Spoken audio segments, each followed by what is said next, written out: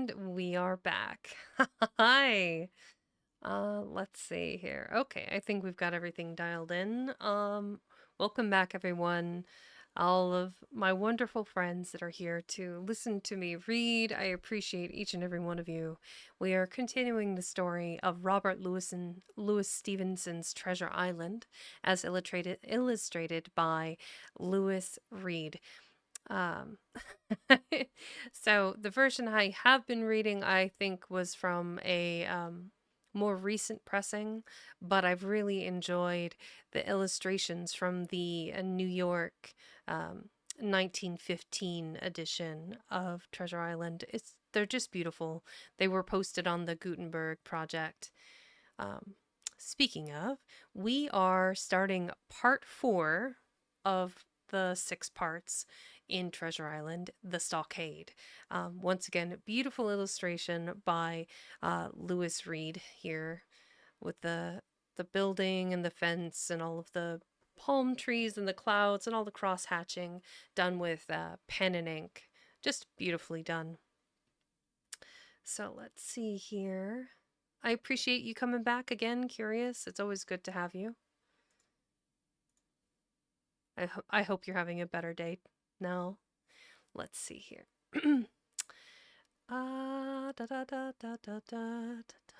Okay, so we are moving on to part 4 of Treasure Island, The Stockade. And we are starting with chapter 16. Hi, Valen. Let's see. Narrative continued by the doctor, how the ship was abandoned.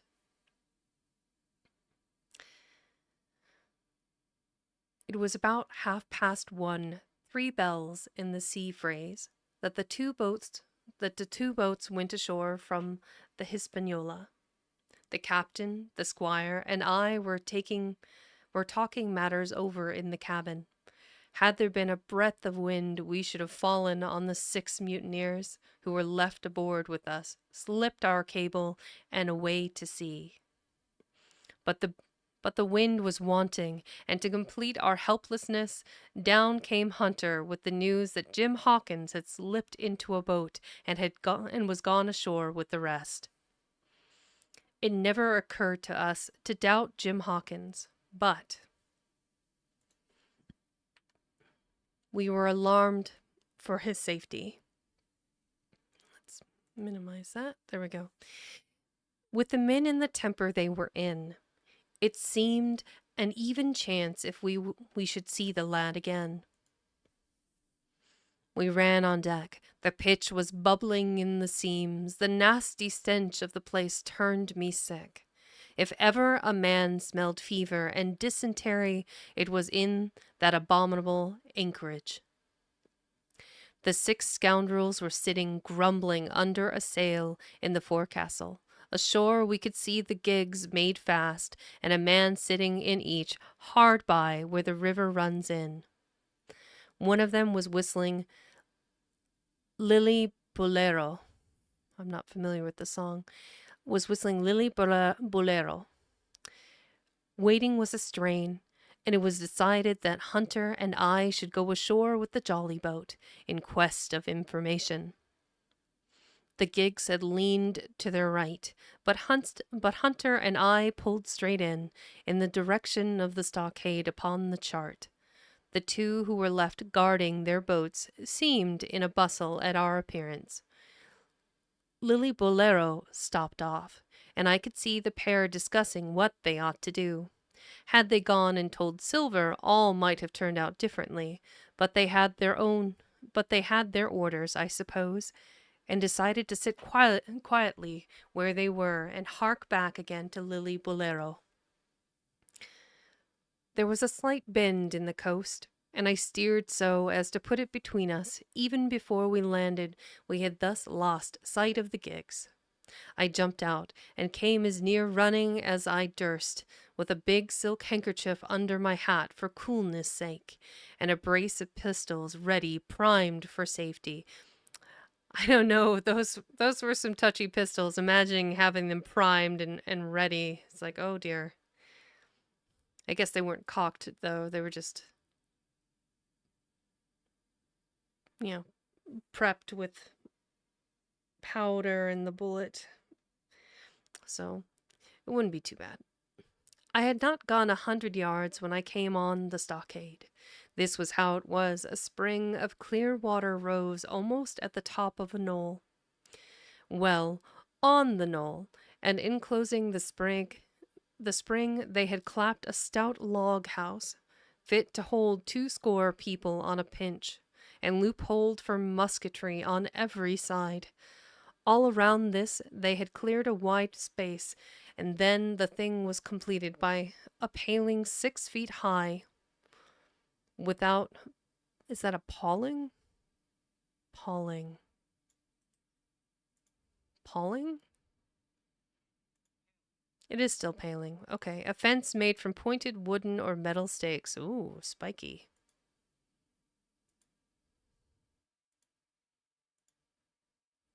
Okay. If I can open the thing. Oh dear. Oh yeah, I forgot to show you the picture here. So this is chapter 16. The narrative continued by the doctor, how the ship was abandoned. So these must be the 1, 2, 3. These are the 6 guys left on the boat, while the other 13 must be went ashore with Jim Hawkins.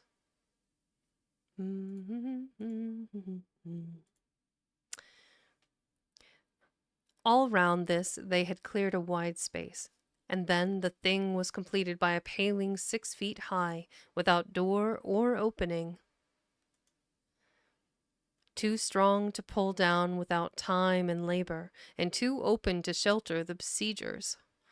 The people in the log house had them in every way. They stood quiet in shelter and shot the others like partridges.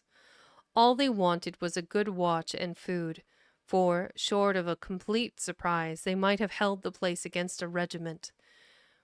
What particularly took my fancy was the spring, for though we had a good enough place of it in the cabin of the Hispaniola, with plenty of arms and ammunition and things to eat and excellent wines, there had been one thing overlooked. We had no water. I was thinking this over when there came ringing over the island the cry of a man at the point of death. I was not new to violent death. I had served His Royal Highness the Duke of Cumberland, and got a wound myself at Fontenoy. But I know my pulse went dot, and carry one. Jim Hawkins is gone, was my first thought. It is something to have been an old soldier, but more still to have been a doctor. There is no time to dilly-dally in our work, and so now I made up my mind instantly, and with no time lost returned to the shore, and jumped on board the jolly boat. By good fortune Hunter pulled a good oar. We made the water fly, and the boat was soon alongside, and I aboard the schooner. I found them all shaken, as was natural. The squire was sitting down as white as a sheet, thinking of the harm he had led us to, the good soul, and one of the 6 forecastle hands was a little better. "There's a man," says Captain Smollett, nodding toward him, new to this work. "He came nigh hand fainting, doctor, when he heard the cry." Another touch of the rudder and the man would join us. I told my plan to the captain, and between us we settled on the details of its accomplishment. We put old Red Ruth in the gallery between the cabin and the forecastle, with 3 or 4 loaded muskets and a mattress for protection. Hunter brought the boat round under the stern port, and Joyce and I set to work loading her with powder tins, muskets, bags of biscuits, kegs of pork, a cask of cognac, and my invaluable medicine chest. In the meantime the squire and the captain stayed on deck, and the latter hailed the coxswain, who was the principal man aboard. "Mr. Hands," he said, "here are 2 of us with a brace of pistols each. If any one of you 6 make a signal of any description, that man's dead." They were a good deal taken aback, and after a little consultation one and all tumbled down the fore companion, thinking, no doubt, to take us on the rear. But when they saw Red Ruth waiting for them in the sparred gallery, they went about the ship at once, and a head popped out again on deck. "Down, dog!" cries the captain. And the head popped back again, and we heard no more, for the time, of these 6 very faint-hearted seamen. By this time, tumbling things in as they came, we had the jolly boat loaded as much as we dared. Joyce and I got out through the stern port, and we made for shore again, as fast as our oars could take us. This second trip fairly aroused the watchers alongshore. Lily Bolero was dropped again, and just before we lost sight of them, behind the little point, one of them whipped ashore and disappeared. I had half a mind to change my plan and destroy their boats, but I feared that Silver and the others might be close at hand, and all might very well be lost by trying for too much. We had soon touched land in the same place as before, and set to provision the blockhouse. All 3 made the first journey, heavily laden, and tossed our stores over the palisade. Then, leaving Joyce to guard them, 1 man to be sure, but with half a dozen muskets, Hunter and I returned to the jolly boat and loaded ourselves once more. So we proceeded without pausing to take breath, till the whole cargo was bestowed, when the 2 servants took up their position in the blockhouse, and I, with all my power, sculled back to the Hispaniola. Sculled. That's another good one.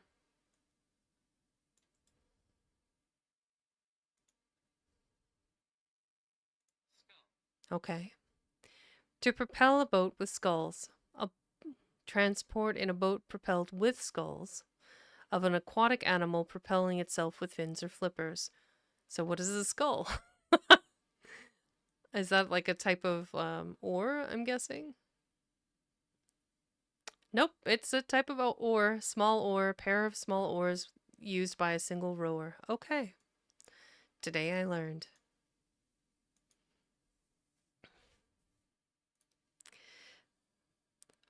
And I, with all my power, sculled back to the Hispaniola. That we should have risked a second boatload seems more daring than it really was. They had the advantage of numbers, of course, but we had the advantage of arms. Not one of the men ashore had a musket, and before they could get within range for pistol shooting, we flattered ourselves we should be able to give a good account of half a dozen at least. The squire was waiting for me at the stern window, all his faintness gone from him. He caught the painter and made it fast, and we fell to loading the boat for our very lives. Pork, powder, and biscuit was the cargo, with only a musket and a cutlass apiece for Squire and me, and Red Ruth and the captain. The rest of the arms and powder we dropped overboard in 2 fathoms and a half of water, so that we could see the bright steel shining far below us in the sun on the clean sandy bottom.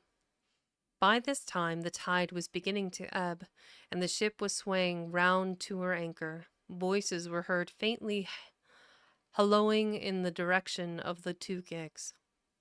And though this reassured us, for Joyce and Hunter, who were well to the eastward, it warned our party to be off. Red Ruth retreated from his place in the gallery, and dropped into the boat, which we then brought round the ship's counter, to be handier for Captain Smollett. "Now, men," said he, "do you hear me?" There was no answer from the forecastle. "It's to you, Abraham Gray. It's to you I am speaking." Still no reply. "Gray," resumed Mr. Smollett, a little louder, "I am leaving this ship, and I order you to follow your captain. I know you are a good man at bottom, and I dare say not one of the lot of you's as bad as he makes out. I have my watch here in my hand. I give you 30 seconds to join me in." There was a pause. "Come, my fine fellows," continued the captain, "don't hang so long in stays. I'm risking my life and the lives of these good gentlemen every second." There was a sudden scuffle, a sound of blows, and out burst Abraham Gray with a knife cut on the side of the cheek, and came running to the captain like a dog to the whistle. "I'm with you, sir," said he, and the next moment he and the captain had dropped aboard of us, and we had shoved off and given way. We were clear out of the ship, but not yet ashore in our stockade. Ooh, things are getting dicey. They're like, all right, load up all the food, ammunition, wine, cognac, because why not? All of the important things, we're going to just load it into this boat and we're going to leave. So then when they get back to the boat, if they want to take them on, they're going to have a hard time with it.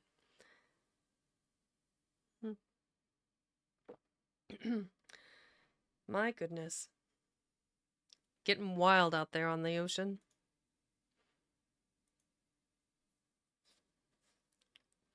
Let's see. Now we are on to chapter 17. As a friendly reminder, between chapters, hydrate, snack if you need to, stretch, because it's important. And I forget if I don't have these reminders between chapters. Yeah, they have to have something to celebrate with all the booty they are going to get. Yeah, can't forget the cognac. That's the key. Chapter 17. Narrative continued by the Doctor, the Jolly Boat's last trip. This fifth trip was quite different from any of the others. In the first place, the little galley-pot of a boat that we were in was gravely overloaded. I'll say, that's a lot of food, ammunition, and drink. 5 grown men, and 3 of them, Trelawney, Redruth, and the captain, over 6 feet high. That was actually kind of an accomplishment in the 1900s, wasn't it, to be over 6 foot? Over 6 feet high was already more than she was meant to carry. Add to that the powder, pork, and bread bags. The gunwale was lipping astern. Several times we shipped a little water, and my breeches and the tails of my coat were all soaking wet before we had gone 100 yards. The captain made us trim the boat, and we got her to lie a little more evenly. All the same, we were afraid to breathe.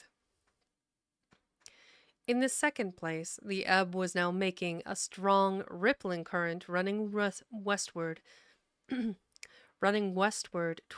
through the basin, and then southward and seaward down the straits by which we had entered in the morning.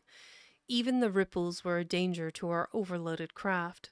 But the worst of it was that we were swept out of our true course and away from our proper landing place behind the point. If we let the current have its way, we should come ashore beside the gigs, where the pirates might appear at any moment. I cannot keep her head for the stockade, sir, said I to the captain. I was steering, while he and Redruth, 2 fresh men, were at the oars. The tide keeps washing her down. Could you pull a little stronger? Not without swamping the boat, said he. You must bear up, sir, if you please. Bear up until you see you're gaining. I tried, and found by experiment that the tide kept sweeping us westward until I had laid her head due east, or just about right angles to the way we ought to go. We'll never get ashore at this rate, said I. If it's the only course that we can lie, sir, we must even lie it, returned the captain. We must keep upstream. You see, sir, he went on, if once we drop to leeward of the landing place, it's hard to say where we should get ashore. Besides, the chance of being boarded by the gigs, whereas the way we go to the current must slacken, and then we can dodge back along the shore. The current's less already, sir, said the man Gray, who was sitting in the foresheets. You can ease her off a bit.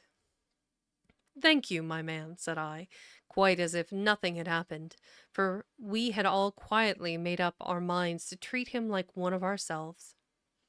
Suddenly the captain spoke up again, and I thought his voice was a little changed. The gun, said he. I have thought of that, said I, for I made sure he was thinking of a bombardment of the fort. They could never get the gun ashore, and if they did, they could never haul it through the woods. Look astern, doctor, replied the captain. We had entirely forgotten the long 9, and there, to our horror, were the 5 rogues busy about her, getting off her jacket, as they called the stout tarpaulin cover under which she sailed. Not only that, but it flashed into my mind at the same moment that the round shot and the powder for the gun had been left behind, and a stroke with an axe would put it all into the possession of the evil ones aboard. Israel was Flint's gunner, said Gray hoarsely. At any risk, we put the boat's head direct for the landing place. By this time, we had got so far out of the run of the current that we kept steerage way even at our necessarily gentle rate of rowing, and I could keep her steady for the goal. But the worst of it was that with the course I now held, we turned our broadside instead of our stern to the Hispaniola, and I offered a target like a barn door. I could hear, as well as see, that brandy-faced rascal Israel Hands plumping down a round shot on the deck. "Who's the best shot?" asked the captain. "Mr. Trelawney, out and away," said I. "Mr. Trelawney, will you please pick me off one of these men, sir? Hands, if possible," said the captain. Trelawney was as cool as steel. He looked to the priming of his gun. "Now," cried the captain, "easy with that gun, sir, or you'll swamp the boat. All hands stand by to trim her when he aims." The squire raised his gun. The rowing ceased, and we leaned over to the other side to keep the balance, and all was so nicely contrived that we did not ship a drop. They had the gun by this time slewed round upon the swivel, and Hands, who was at the muzzle with the rammer, was, in consequence, the most exposed.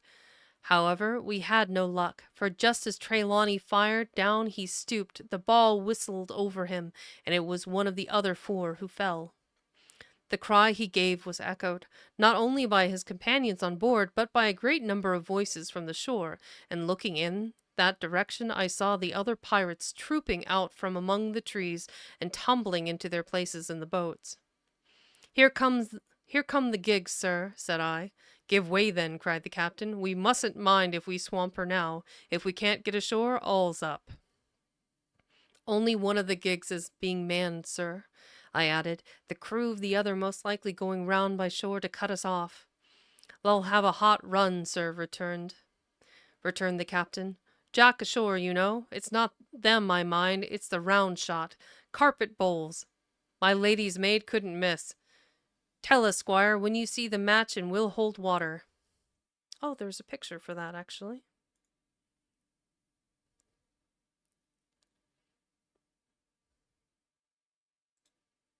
Mm-hmm. So this is from the boat. One of them, here's the one that got shot in the 1, 2, 3, 4, 5, 6. Hey, now. I don't think he read how many people were supposed to be in the boat. Oh well. That or this is a weirdly angled hand from this guy here lighting the match. That must be Israel Hands. And one of the other men got shot down.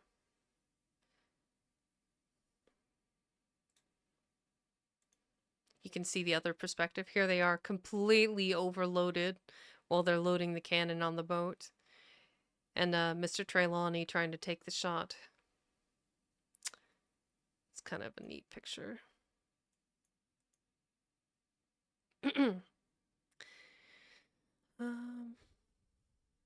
In the meanwhile, we had been making headway at a good pace for a boat so overloaded, and we had shipped but little water in the process. We were now close in, 30 or 40 strokes, and we should beach her, for the ebb had already disclosed a narrow belt of sand below the clustering trees. The gig was no longer to be feared. The little point had already concealed it from our eyes. The ebb tide, which had so cruelly delayed us, was now making reparation, and delaying our assailants. The one source of danger was the gun. "If I durst," said the captain, "I'd stop and pick off another man." But it was plain that they meant nothing should delay their shot. They had never so much as looked at their fallen comrade, though he was not dead, and I could see him trying to crawl away. "Ready?" cried the squire. "Hold!" cried the captain, quick as an echo. And he and Redruth backed with a great heave that sent her stern bodily under water. The report fell in at the same instant of time. This was the first that Jim heard, the sound of the squire's shot not having reached him. Where the ball passed, not one of us precisely knew, but I fancy it must have been over our heads, and that the wind of it may have contributed to our disaster. At any rate, the boat sank by the stern quite gently in 3 feet of water, leaving the captain and myself facing each other on our feet. The other 3 took complete headers and came up again, drenched and bubbling. So far, there was no great harm. No lives were lost, and we could wade ashore in safety. But there were all our stores at the bottom, and to make things worse, only 2 guns out of 5 remained in a state for service. Mine, I had snatched from my knee and held over my head by a sort of instinct. As for the captain, he had carried his over his shoulder by a bandolier, and like a wise man lock up uppermost. The other 3 had gone down with the boat. To add to our concern, we heard voices already drawing near us in the woods along shore, and we had not only the danger of being cut off from the stockade in our half-crippled state, but the fear before us whether, if Hunter and Joyce were attacked by half a dozen, they would have the sense and conduct to stand firm. Hunter was steady, that we know. Joyce was a doubtful case, a pleasant, polite man for a valet? For a valet, and to brush one's clothes, but not entirely fitted for a man of war. With all this in our minds, we waded ashore as fast as we could, leaving behind us the poor jolly boat, and a good half of all our powder and provisions. Oh man, things are getting wild. Their boat sank. That's no good. Once again, we are between chapters. I'm gonna have a few sips of water here.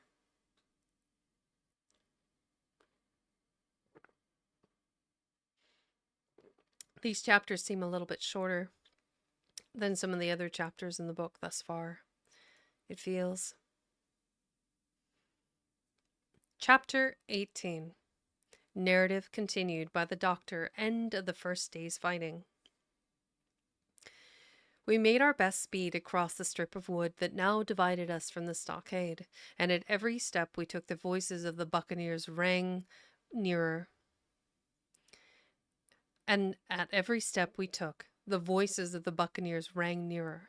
Soon we could hear their footfalls as they ran, and the cracking of the branches as they breasted across a bit of thicket. I began to see we should have a brush for it in earnest, and looked to my priming. "Captain," said I, "Trelawney is the dead shot. Give him your gun. His own is useless." They exchanged guns, and Trelawney, silent and cool as he had been since the beginning of the bustle, hung a moment on his heel to see that all was fit for service. At the same time, observing Gray to be unarmed, I handed him my cutlass. It did all our hearts good to see him spit in his hand, knit his brows, and make the blade sing through the air. It was plain from every line of his body that our new hand was worth his salt. 40 paces further, we came to the edge of the wood and saw the stockade in front of us. We struck the enclosure about the middle of the south side, and almost at the same time, 7 mutineers, Job Anderson, the boatswain, at their head, appeared in full cry at the southwestern corner. They paused, as if taken aback, and before they recovered, not only the squire and I, but Hunter and Joyce from the blockhouse had time to fire. The 4 shots came in rather a scattered volley, but they did the business. One of the enemy actually fell, and the rest, without hesitation, turned and plunged into the trees. Also, welcome, Kokodik. Yes. Just reading Little Treasure Island. So, welcome to the party. And the rest, without hesitation, turned and plunged into the trees. After reloading, we walked down the outside of the palisade to see the fallen enemy. He was stone dead, shot through the heart. That must have been Trelawney. We began to rejoice over our good success, when just at that moment a pistol... Hello. Oh, look at those cute little mushrooms. I love those. We began to rejoice over our good success, when just at that moment a pistol cracked in the bush. A ball whistled close by my ear, and poor Tom Redruth stumbled and fell his length on the ground. Both the squire and I returned the shot, but as we had nothing to aim at, it is probable we only wasted powder. Then we reloaded and turned our attention to poor Tom.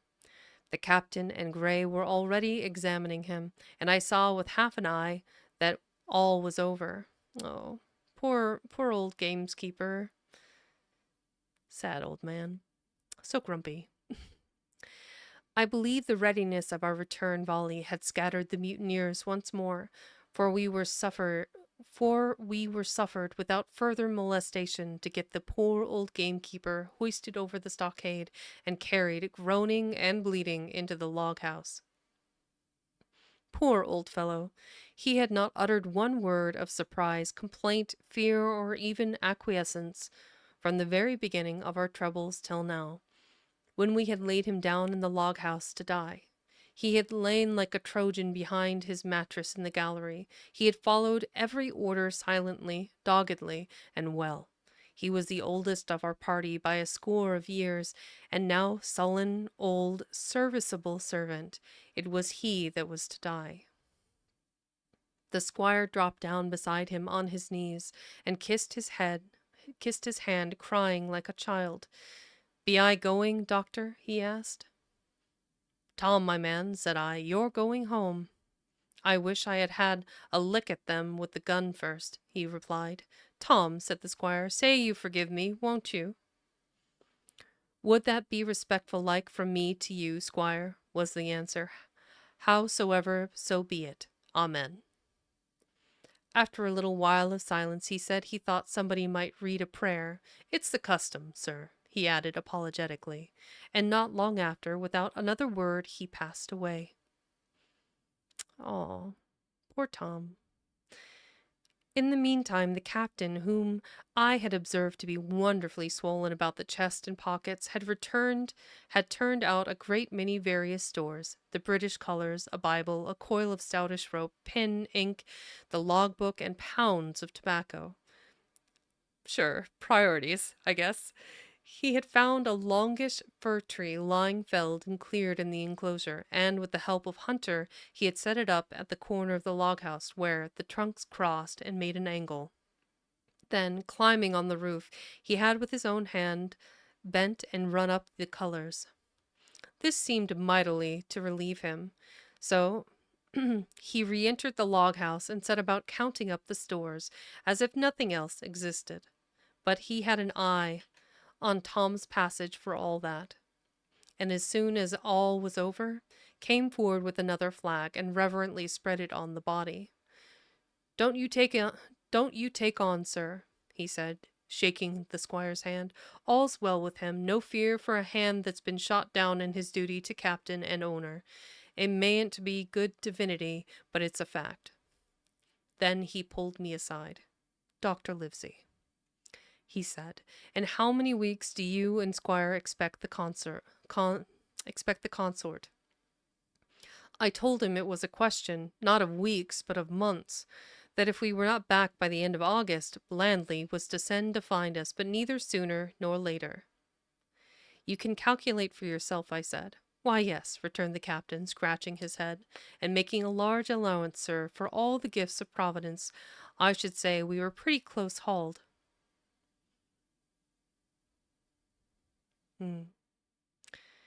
"How do you mean?" I asked.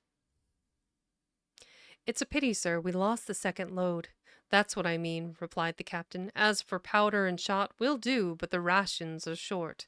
Very short. So short, Dr. Livesey, that we're perhaps as well within that extra month. Oh, I see. Perhaps as well without that extra mouth. Ooh." And he pointed to the dead body under the flag. And just then, with a roar and a whistle, a round shot passed high above the roof of the log house and plumped far beyond us in the wood. "Oh ho!" said the captain. "Blaze away! You've little enough powder already, my lads."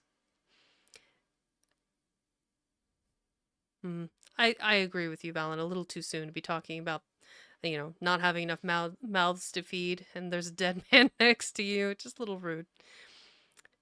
Well, the captain is just like that. At the second trial, the aim was better, and the ball descended inside the stockade, scattering a cloud of sand, but doing no further damage. "Captain," said the squire, "the house is quite invisible from the ship. It must be the flag they are aiming at. Would it not be wiser to take it in?" "Strike my colors?" cried the captain. "No, sir, not I." And as soon as he had said the words, I think we all agreed with him. For it was not only a piece of stout, seemingly good feeling, it was a good policy besides, and showed our enemies that we despised their cannonade. So it's just a big old FU flag, basically. All through the evening they kept thundering away. Ball after ball flew over or fell short or kicked up the sand in the enclosure, but they had to fire so high that the shot fell dead and buried itself in the soft sand. We had no ricochet to fear.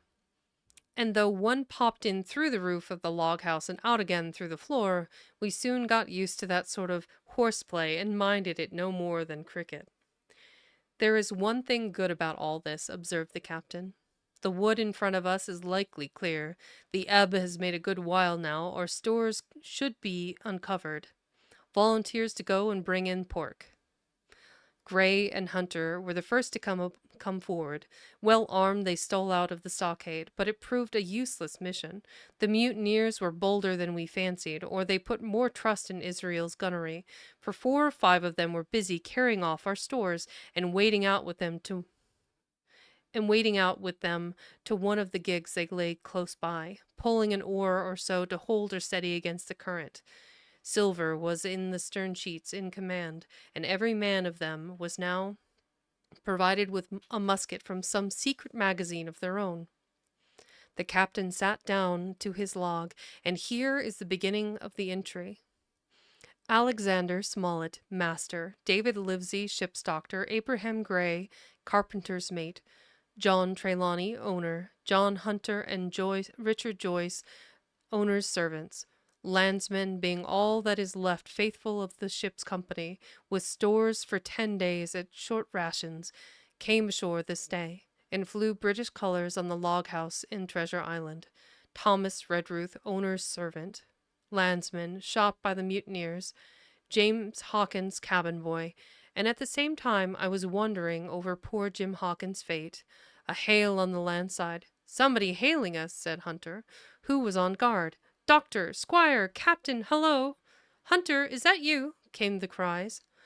And I ran to the door in time to see Jim Hawkins, safe and sound, come climbing over the stockade. There's an image for this, too.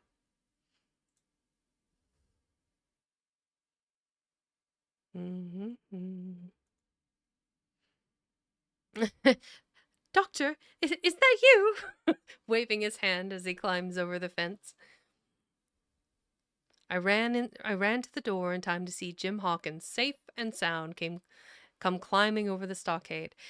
I love how there's a little bit of an inconsistency in Lewis Reed's ink drawings. Sometimes Jim has the tricorder hat, sometimes he doesn't, and I think that's quite funny to me. But anyway, we are again between chapters. So let me grab that image here. This is the header for the next chapter. And like I like to remind everyone here, please hydrate, snack. If you need to wrap yourself up in a book, whatever it is that you do that helps you kind of get on the ball, you should.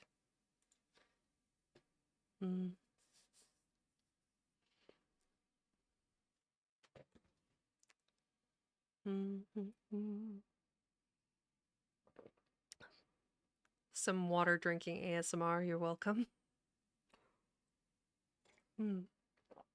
I think we can get through the next chapter before we have to do the hourly ads, so let's get cooking on that.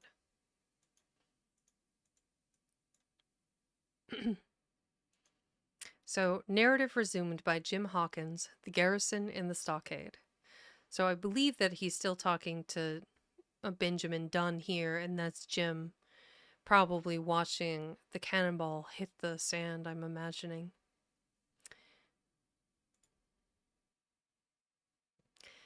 Chapter 19. Narrative resumed by Jim Hawkins, The Garrison in the Stockade. As soon as Ben Gunn saw the colors, he came to a halt, stopped me by the arm, and sat down. "Now," said he, "there's your friends, sure enough. Yep." So that's definitely the two of them sitting, watching there. Okay. "Far more likely it's the mutineers," I answered. "That," he cried.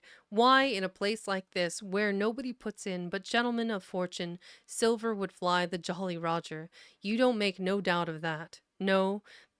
Actually, I think he had more of a piratey voice. "Now," said he, "there's your friends, sure enough." "Far more likely it's the mutineers," I answered. "That!" he cried. "Why, in a place like this, where nobody's put in but gentlemen of fortune, silver would fly the Jolly Roger. You don't make no doubt of that. No, that's your friends. There been blows too, and I reckon your friends has had the best of it. And here they are ashore in the old stockade, as was made years and years ago by Flint. Ah, he was a man to have a headpiece, was Flint. Barrin' rum, his match were never seen. He were afraid of none, not he, only silver. Silver was that genteel." "Well," said I, "that may be so, and so be it. All the more reason that I should hurry on and join my friends." "Nay, mate," returned Ben. "Not you. You're a good boy, or I'm mistook. But you're only a boy, all told. Now Ben Gunn is fly. Rum wouldn't bring me there, where you're going. Not rum wouldn't, till I see you're born gentleman and gets it on his word of honour. And you won't forget my words, a precious sight. That's what you'll say. A precious sight more confidence, and then nips him." And he pinched me the third time with the same air of cleverness.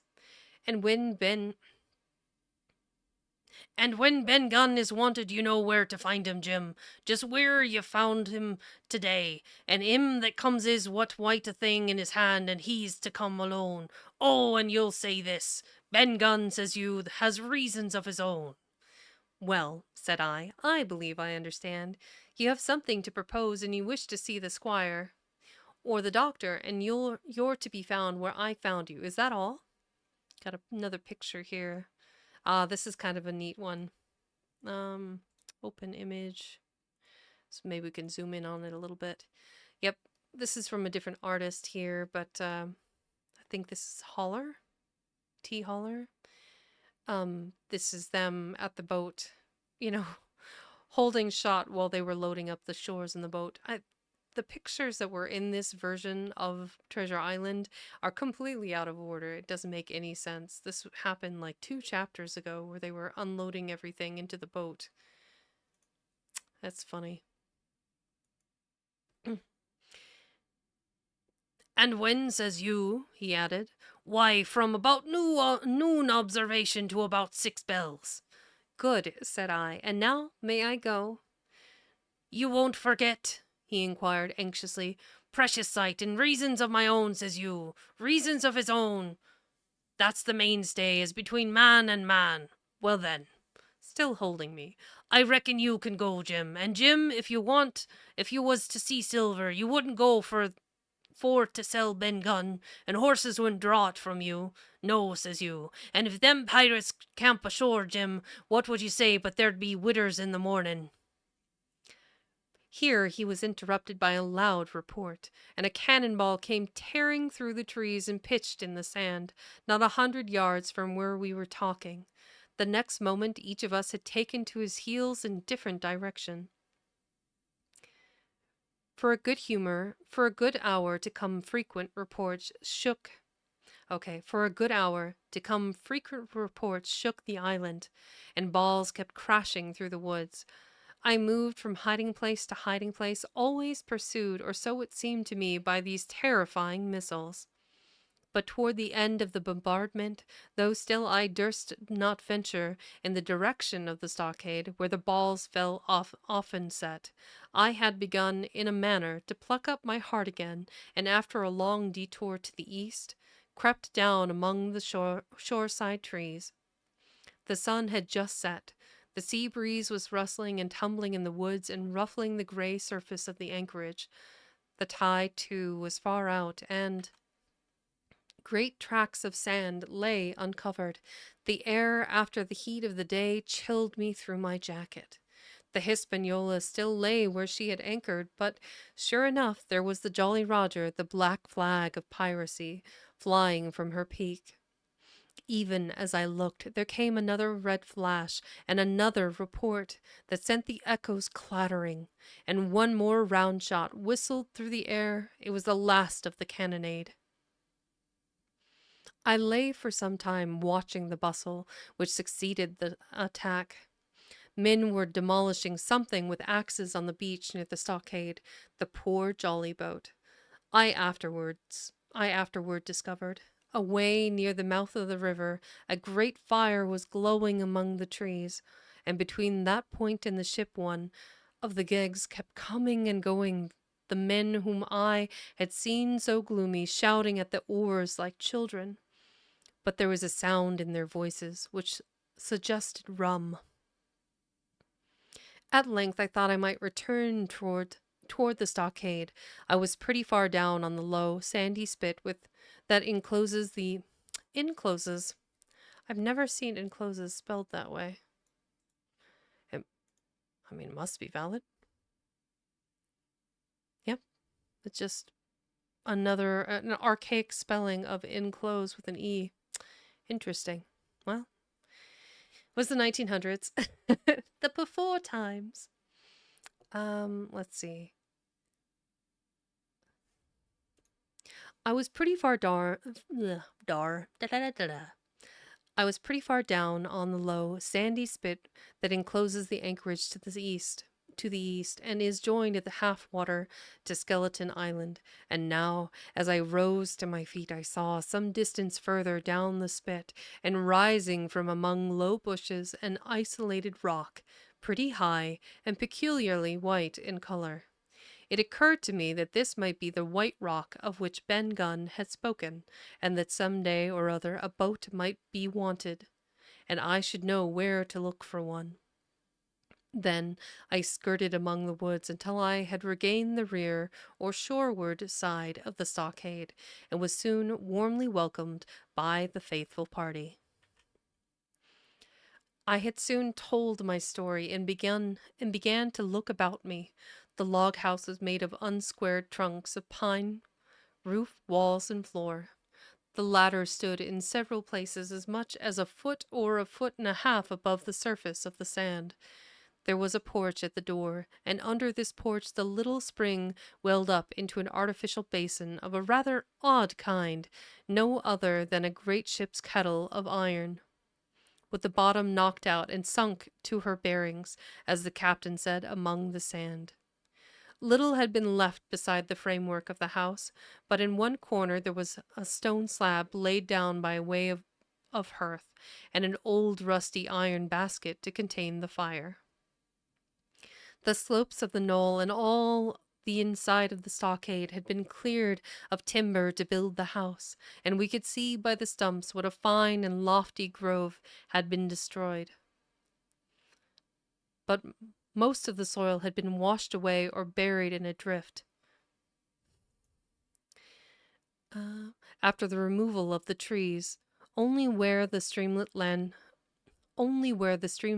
down from the kettle, a thick bed of moss and some ferns and little creeping bushes were still green among the sand.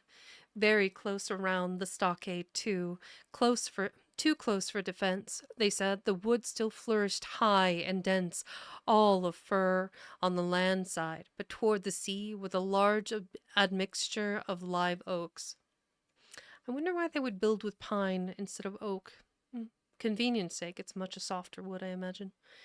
The cold evening breeze, of which I had spoken, whistled through every chink of the rude building, and sprinkled the floor with continual rain of fine sand. There was sand in our eyes, in our teeth, and in suppers and dancing in the spring at the bottom of the kettle, for all the world like porridge beginning to boil. Our chimney was a square hole in the roof. It was but a little part of the smoke that found its way out, and the rest eddied about the house, and kept us coughing and piping the eye. Add to this that Gray, the new man, had his face tied up in a bandage for a cut he had got in breaking away from the mutineers, and the poor old Tom Redruth, still unburied, lay along the wall stiff and stark under the Union Jack. If we had been allowed to sit idle, we should all have fallen in the blues. But Captain Smollett was never the man for that. All hands were called up before him, and he divided us into watches, the doctor, and Gray, and I for one, the squire, Hunter, and Joyce upon the other. Tired as we all were, 2 were sent out for firewood. 2 more were set to dig a grave for Redruth. The doctor was named cook, and I was put sentry at the door, and the captain himself went from one to another, keeping up our spirits and lending a hand wherever it was wanted. From time to time the doctor came to the door for a little air and to rest his eyes, which were almost smoked out of his head. And whenever he did so, he had a word for me. That man Smollett, he said at once, is a better man than I am, and when I say that, it means a deal, Jim. Another time he came and was silent for a while. Then he put his head on one side and looked at me. Is this Ben Gunn a man? He asked. I do not know, sir, said I. I am not very sure whether he's sane. That's fair. Getting marooned on an island will do things to you. If there's any doubt about the matter, he is, returned the doctor. A man who has been 3 years biting his nails on a desert island, Jim, can't expect to appear as sane as you or me. It doesn't lie in human nature. Was it cheese you said he had a fancy for? Yes, sir, cheese. Me too. Ben, you, me, we're homies. It's all about the cheese, I answered. Well, Jim, says he, just see the good that comes of being dainty in your foods. In your food. You've seen my snuff box, haven't you? And you never saw me take snuff. The reason being that in my snuff box I carry a piece of Parmesan cheese, a cheese made in Italy, very nutritious. Well, that's for Ben Gunn. My man keeps cheese in his tobacco snuff box. All right, Doc, you're pretty cool. I like it. Before supper was eaten, we buried old Tom in the sand and stood round him for a while bareheaded in the breeze. A good deal of firewood had been got in, but not enough for the captain's fancy, and he took his head over it and told us we must get back to this tomorrow rather livelier. Then, when we had eaten our pork, and each had a good stiff glass of brandy grog, the 3 chiefs got together in a corner to discuss our prospects. It appears they were at their wits' end what to do, the stores being so low that we must have been starved into surrender long before help came. But our best hope, it was decided, was to kill off the buccaneers until they either hauled down their flag or ran away with the Hispaniola. From 19, they were already reduced to 15. 2 others were wounded, and one at least, the man shot beside the gun, severely wounded if he were not dead. Every time we had a crack at them, we were to take it, saving our own lives with the extremest care, and besides that, we had 2 able allies, rum and the climate. Yeah, the rum's gonna do the pirates in a bit. I mean, I wouldn't be drinking brandy grog if I wanted to be sober, personally, but, it is what it is. As for the first, though we were about half a mile away, we could hear them roaring and singing late into the night. And as for the second, the doctor staked his wig that camped where they were in the marsh, and unprovided with remedies, the half of them would be on their backs before a week.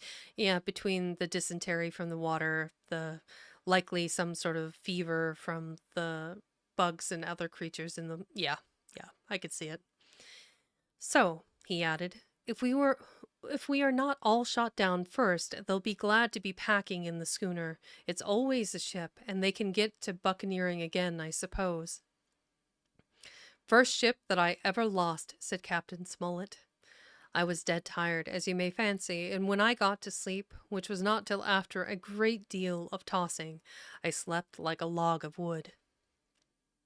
The rest had long been up, and had already breakfasted and increased the pile of firewood by about half as much again, when I was awakened by a bustle and the sound of voices. "Flag of truce!" I heard someone say, and then immediately after, with a cry of surprise, "Silver himself!" Silver himself! Yeah, that's probably one of the captain or Trelawney. And at that, up I jumped and rubbed my eyes, ran to the loophole in the wall. Dun dun dun, chapter 20. We're at it again.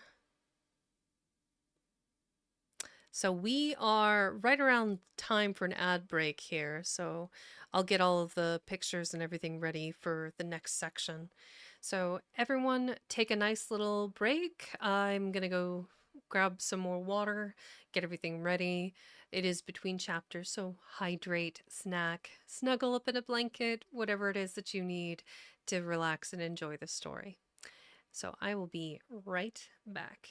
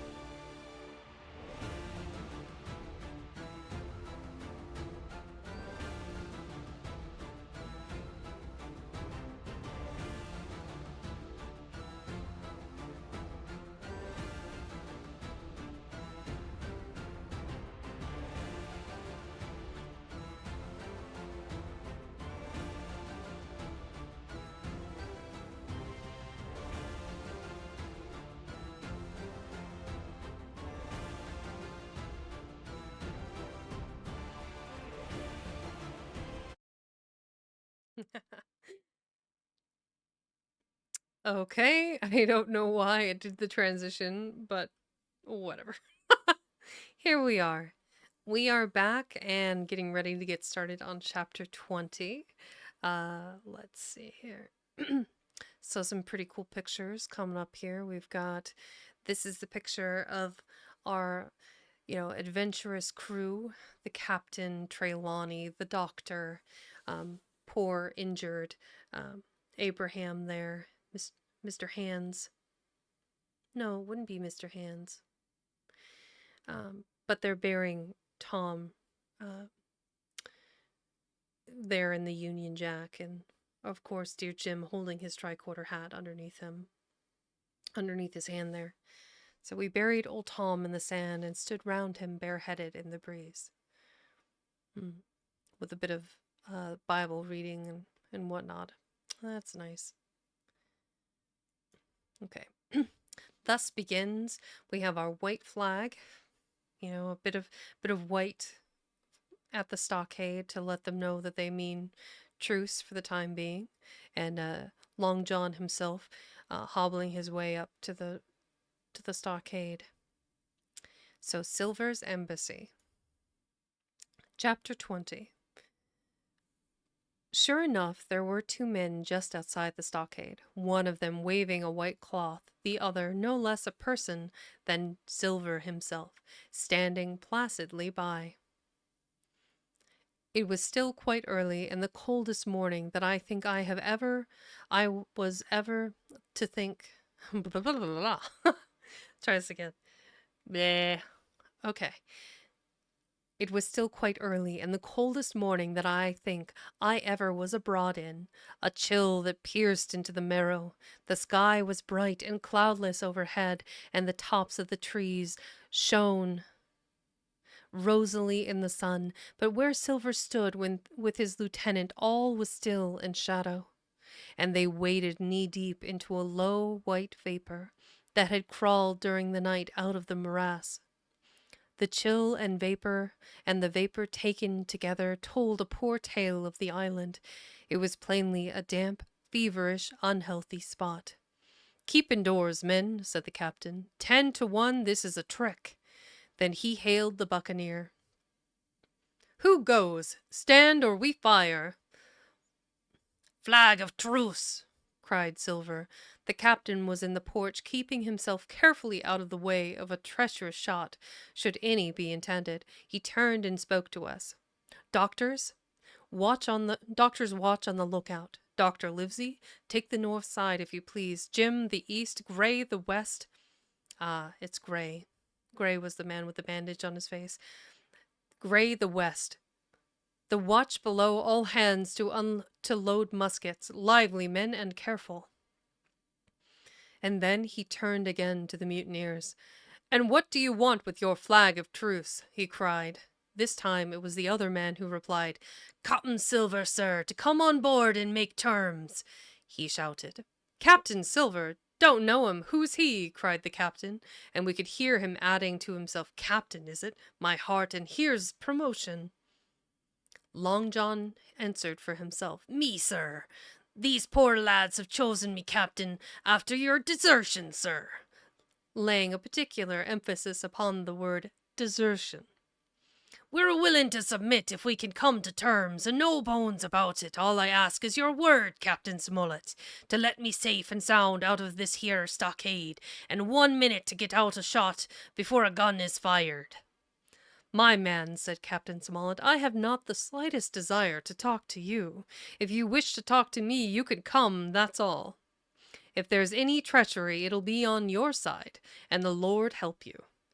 "That's enough, Captain," shouted Long John cheerily. "A word from you's enough.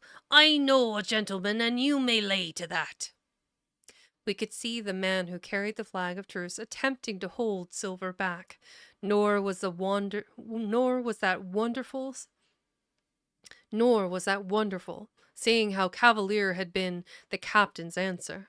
But Silver laughed at him aloud and slapped him on the back as if the idea of alarm had been absurd.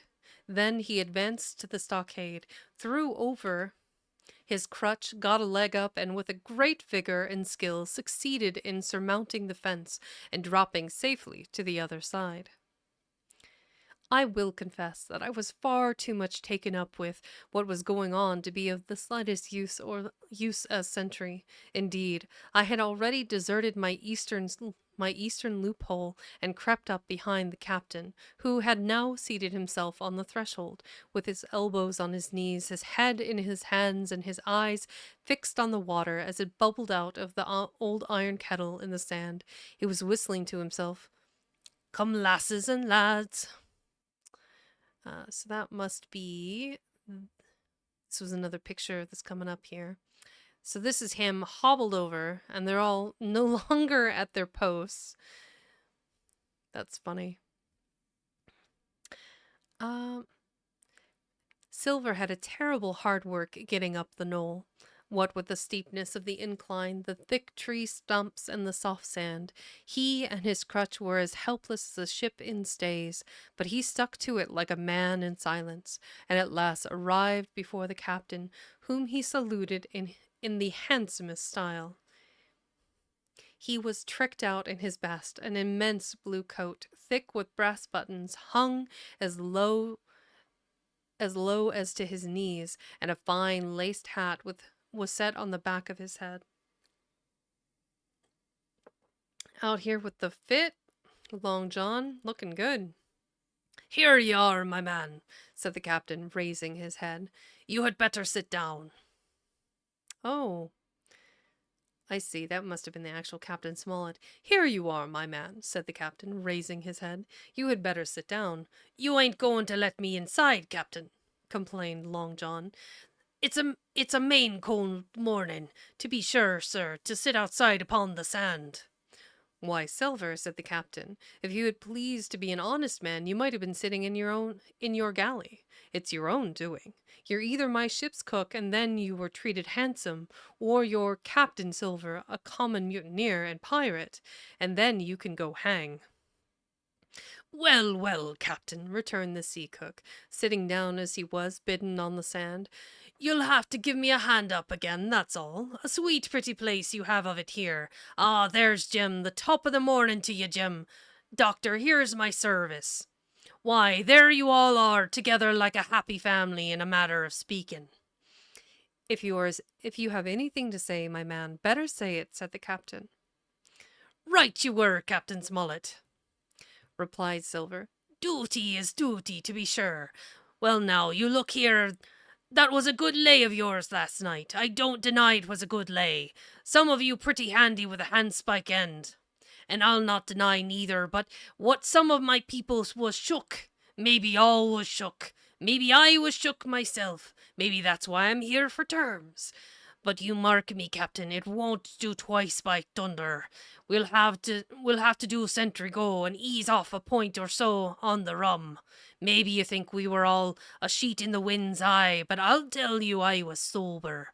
I was only dog tired, and if I'd awoke a second sooner, I'd have caught you at the act. I would. He wasn't dead when I got round to him, not he." "Well," says Captain Smollett, as cool as can be, all that Silver said was a riddle to him, but you would never have guessed it from his tone. As for me, I began to have an inkling. Ben Gunn's last words came back to my mind. I began to suppose that he had paid the buccaneers a visit while they all lay drunk together round their fire. And I reckoned up with glee that he had only 14 enemies.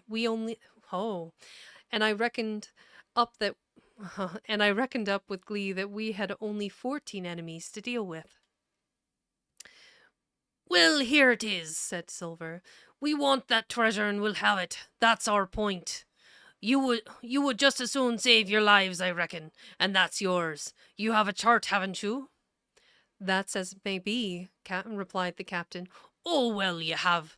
I know that," returned Long John. "You needn't be so husky with a man. There ain't a particle of service in that, and you may lay to it. What I mean is, we want your chart. Now, I never meant you no harm myself." "That won't do with me, my man," interrupted the captain.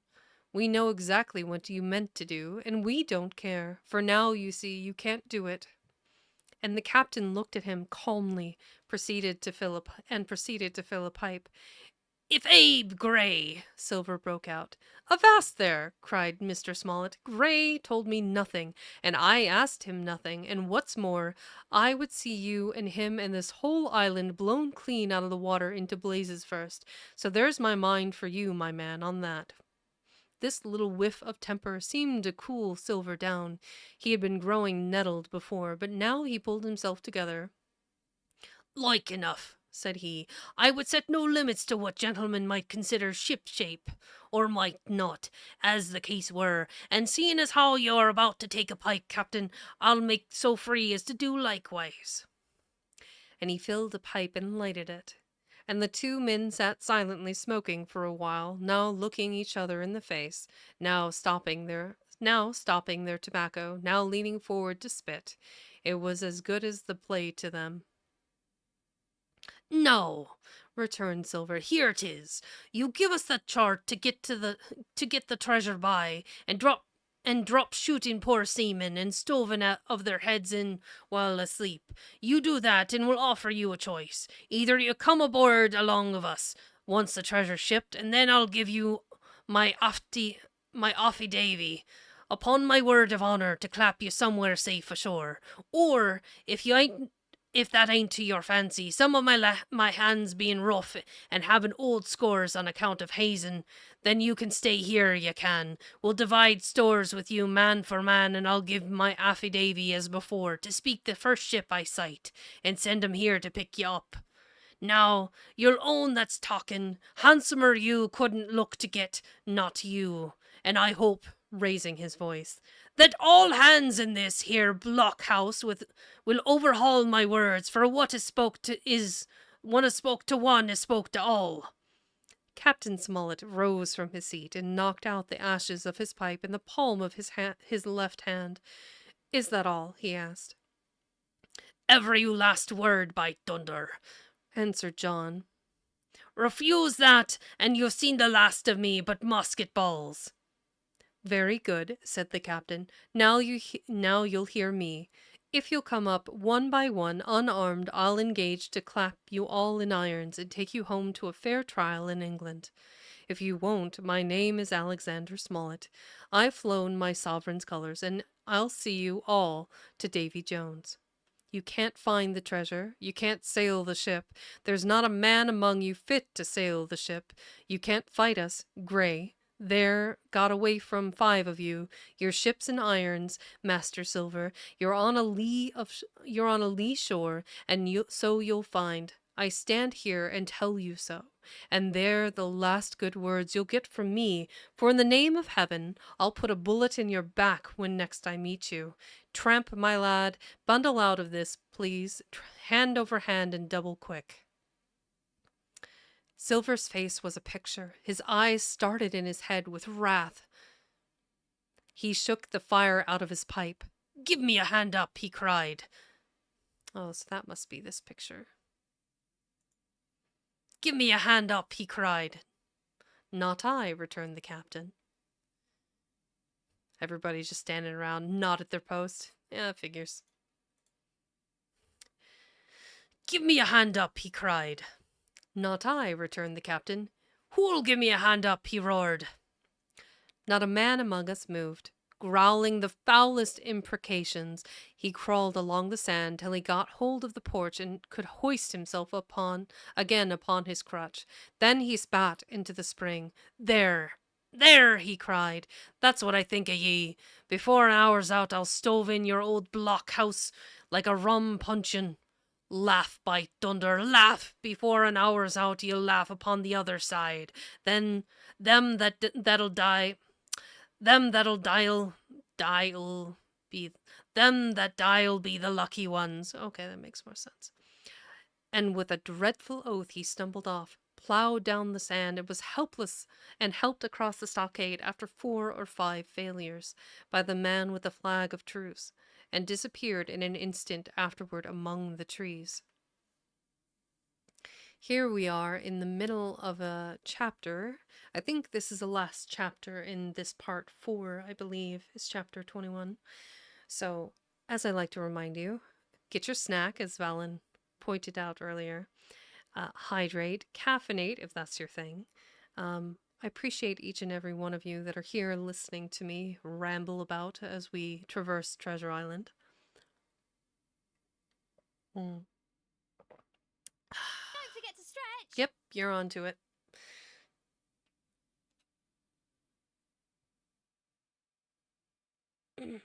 Stretch, stretch, stretch. Chapter 21. The Attack. As soon as Silver disappeared, the captain, who had been closely watching him, turned toward the interior of the house and found not a man of us at his post but Gray. It was the first time we had ever seen him angry. "Quarters!" he roared, and then, as we all slunk back to our places, Gray, he said, "I'll put your name in the log. You've been good. You've stood by your duty like a seaman. Mr. Trelawney, I'm surprised at you, sir. Doctor, I thought you had worn the king's coat. If that was how you served at Fontenoy, sir, you had been better in your berth." The doctor's watch were all back at their loopholes. The rest were busy loading the spare muskets. Every one with a red face, you may be certain, and a flea in his ear, as the saying is. The captain looked on for a while in silence. Then he spoke. "My lads," said he, "I've given Silver a broadside. I pitched it in red hot on purpose, and before the hour's out, as he said, we shall be boarded. We're outnumbered, I needn't tell you that, but we fight in shelter, and a minute ago I should have said, we fought with discipline. I've no manner of doubt that we can drub them if you choose." I'll grab the pictures here. So this is chapter 21, so open the picture for that. So this is them getting back to their points and loading their muskets. Mm-hmm.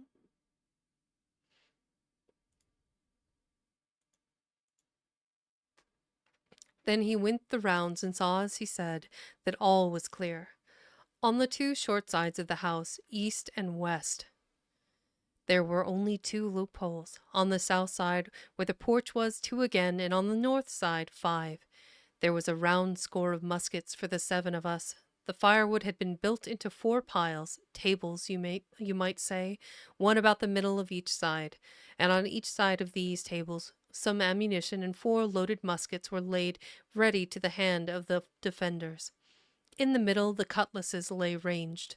"Toss out the fire," said the captain. "The chill is past, and we mustn't have smoke in our eyes."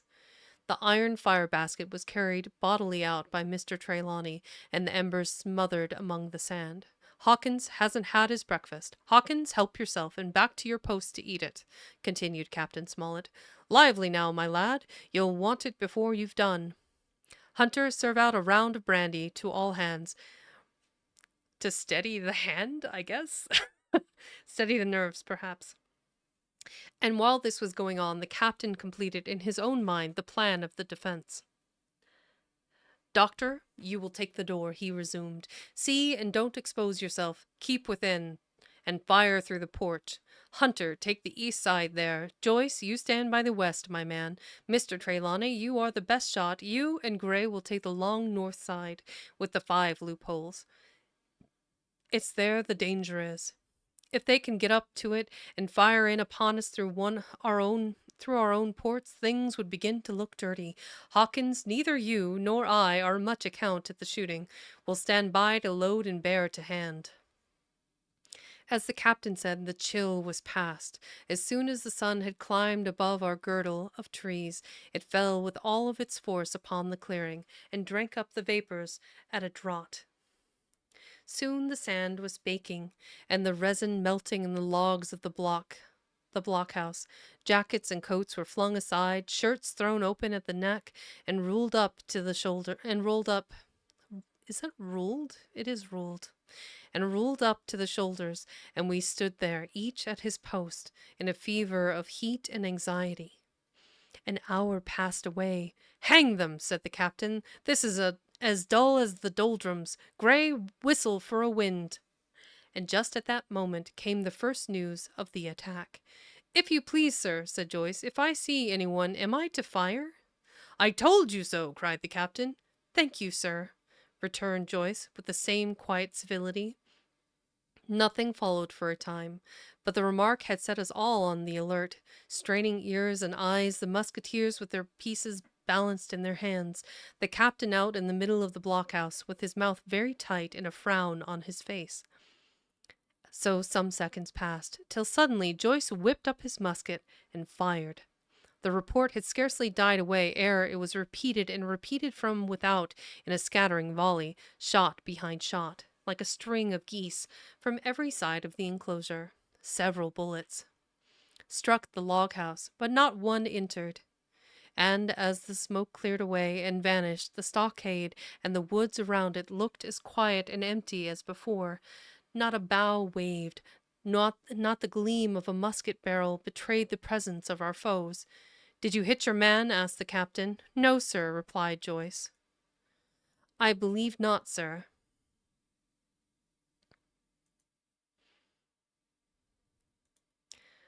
Next best thing to tell the truth," muttered Captain Smollett. "Load his gun, Hawkins. How many should you say there were on your side, Doctor?" "I know precisely," said Dr. Livesey. "3 shots were fired on this side. I saw the 3 flashes, 2 close together, 1 further to the west." "3?" repeated the captain. "And how many on yours, Mr. Trelawney?" But this was not so easily answered. There had come many from the north, 7 by the squire's computation, 8 or 9 according to Gray. From the east and west only a single shot had been fired. It was plain, therefore, that the attack would be developed from the north, and that on the other 3 sides we were only to be annoyed by a show of hostilities. But Captain Smollett made no change in his arrangements. If the mutineers succeeded in crossing the stockade, he argued, they would take possession of any unprotected loophole and shoot us down like rats in our own stronghold. Nor had we much time left to us for thought. Suddenly, with a loud huzzah, a little cloud of pirates leaped from the woods on the north side and ran straight on the stockade. At the same moment, the fire was once more opened from the woods, and a rifle ball sang through the doorway and knocked the doctor's musket into bits. The boarders swarmed over the fence like monkeys. Squire and Gray fired again and yet again. 3 men fell, 1 forward into the enclosure, 2 back on the outside. But of these, 1 was evidently more frightened than hurt, for he was on his feet again in a crack and instantly disappeared among the trees. Me too, buddy. Being shot at is no joke. Let's see here.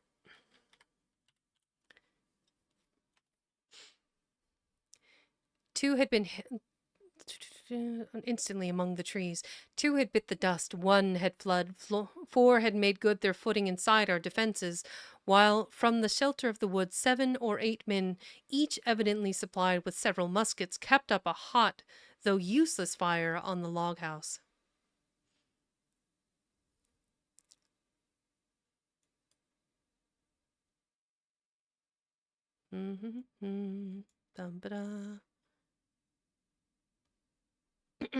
Drink water. You're right. You're right. And that is my favorite sound effect. It's definitely, well, yeah, it's up there. It's for sure like top 3 easily. Drink water, become moist. It's just funny. I should record it myself, and then it's not somebody else's voice but mine. I'll get around to it one of these days. Let's see.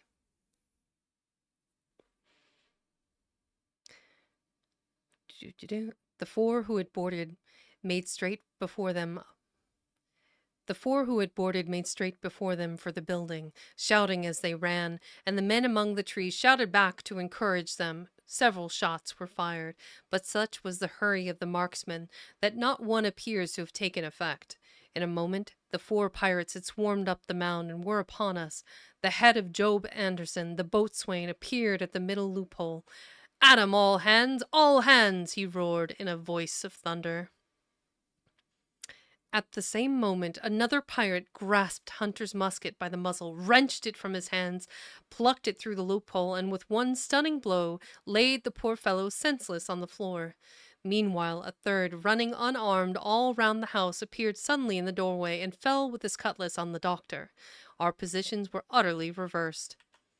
A moment. A moment since we were firing under cover at all and at an exposed enemy. Now it was we who lay uncovered and could not return a blow. The log house was full of smoke, to which we owed our comparative safety. Cries and confusion, the flashes and reports of pistol shots, and one loud groan rang in my ears. Out, lads, out and fight 'em Out, lads, out and fight 'em in the open. Cutlasses, cried the captain. I snatched a cutlass from the pile, and someone, at the same time snatching another, gave me a cut across the knuckles which I hardly felt. I dashed out of the door into the clear sunlight. Someone was close behind, I knew not whom. Right in front, the doctor was pursuing his assailant down the hill, and just as my eyes fell upon him, beat down his guard and sent him sprawling to his back, with a great slash across the face. Round the house, lads, round the house, cried the captain, and even in the hurly-burly I perceived a change in his voice.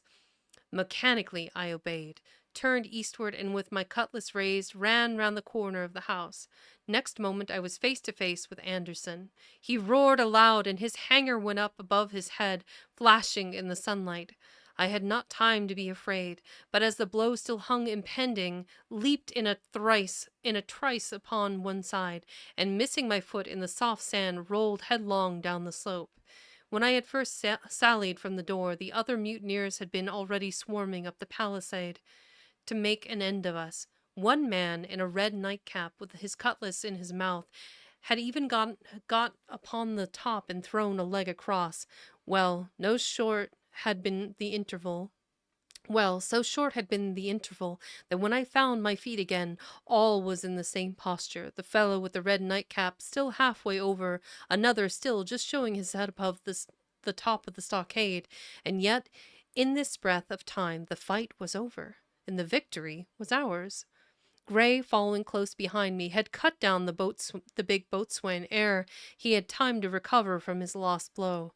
Another had been shot at the loophole in the very act of firing into the house, and now lay in agony, the pistol still smoking in his hand. A third, as I had seen, the doctor had disposed of at a blow. Of the four who had scaled the palisade, only one remained unaccounted for, and he, having left his cutlass on the field, was now clambering out again with the fear of death upon him. Fire! Fire from the house! Oh, fire! Fire from the house! Cried the doctor, and you lads back into cover. But his words were unheeded. No shot was fired, and the last boarder made good his escape and disappeared with the rest into the wood. In 3 seconds, nothing remained of the attacking party but the 5 who had fallen, 4 on the inside and 1 on the outside of the palisade. The doctor and Gray and I ran full speed for shelter. The survivors would soon be back where they had left their muskets, and at any moment the fire might recommence.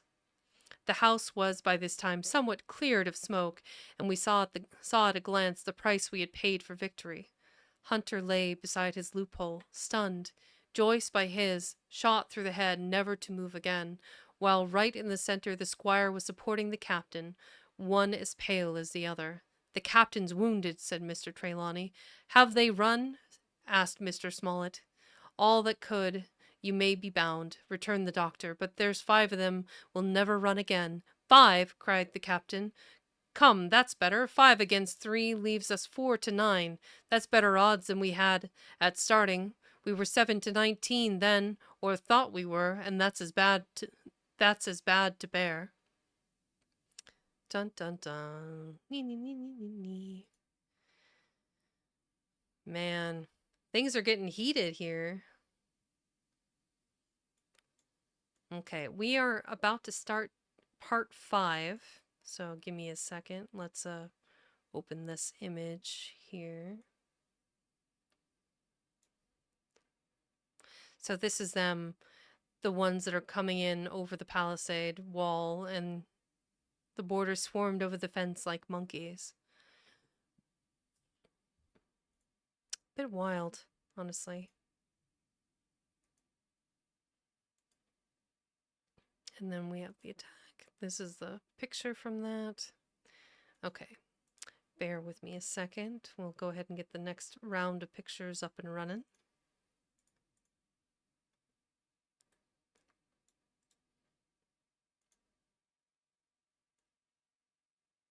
Here we go. Here's part 5, my sea adventure. Ooh, what are you up to, Mr. Hawkins? What we got?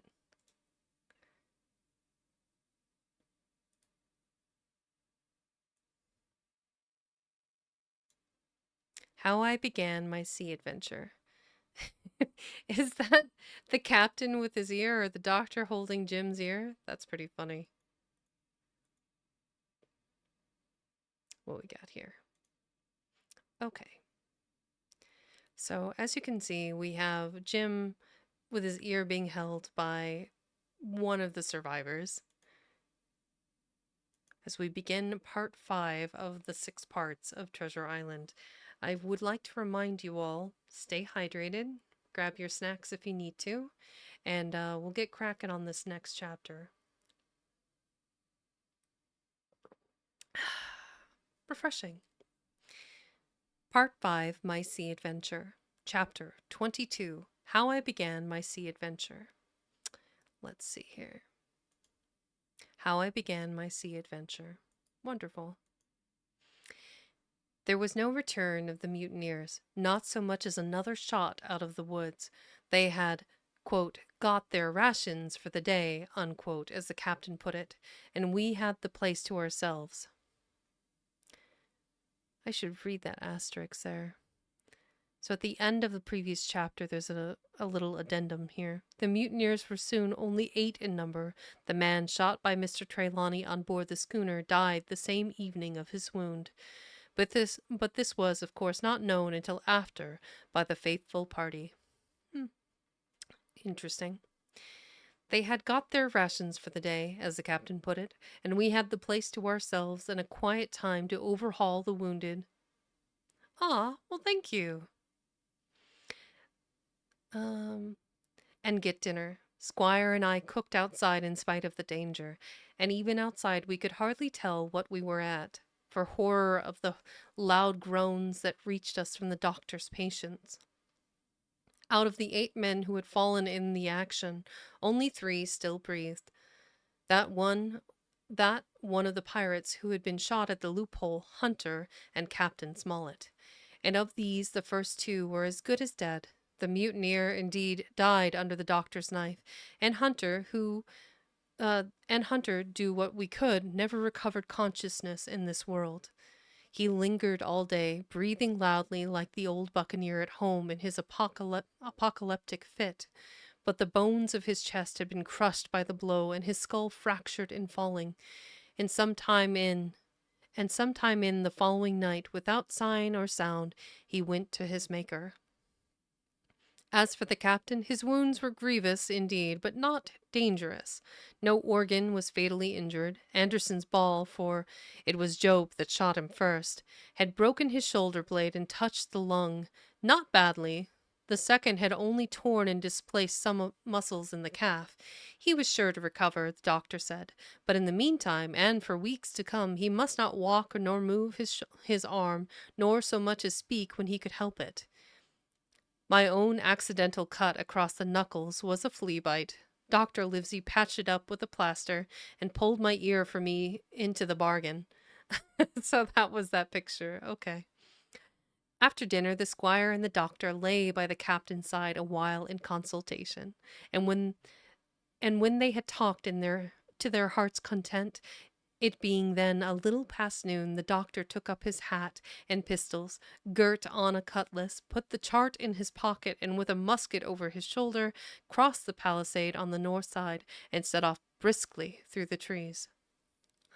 Gray and I were sitting together at the far end of the blockhouse, to be out of earshot of our officers consulting, and Gray took his pipe out of his mouth. and fairly forgot to put it back again, so thunderstruck he was at this occurrence. "Why, in the name of Davy Jones," said he, "is Dr. Livesey mad?" "Why, no," says I. "He's about the last of this crew for that, I take it." "Why, no." "Well, shipmates," said Gray, "mad he may not be, but if he's not, you mark my words, I am." "I take it," replied I. "The doctor has his idea, and if I am right, he's going now to see Ben Gunn." I was right, as appeared later, but in the meantime, the house being stifling hot, and the little patch of sand inside the palisade ablaze with midday sun, I began to get another thought into my head, which was not by any means so right. What I began to do was to envy the doctor, walking in the cool shadow of the woods, with the birds about him and the pleasant smell of the pines, while I sat grilling with my clothes stuck to the hot resin, and so much blood about me, and so many poor dead bodies lying all around, that I took a disgust of the place that was almost as strong as fear. All the time I was washing out the blockhouse, and then washing up the things from dinner. This disgust and envy kept growing stronger and stronger, till at last, being near a bread bag, and no one then observing me, I took the first step toward my escapade. Okay, toward my escapade, and filled both pockets of my coat with biscuit. I was a fool, if you like, and certainly I was going to do a foolish, overbold act, but I was determined to do it with all the precautions in my power. These biscuits, should anything befall me, would keep me at least from starving till far on in the next day. The next thing I laid hold of was a brace of pistols, and as I already had a powder horn and bullets, I felt myself well supplied with arms. Jim, you're about to do something stupid, and I could just, young, adventurous people. What can I say?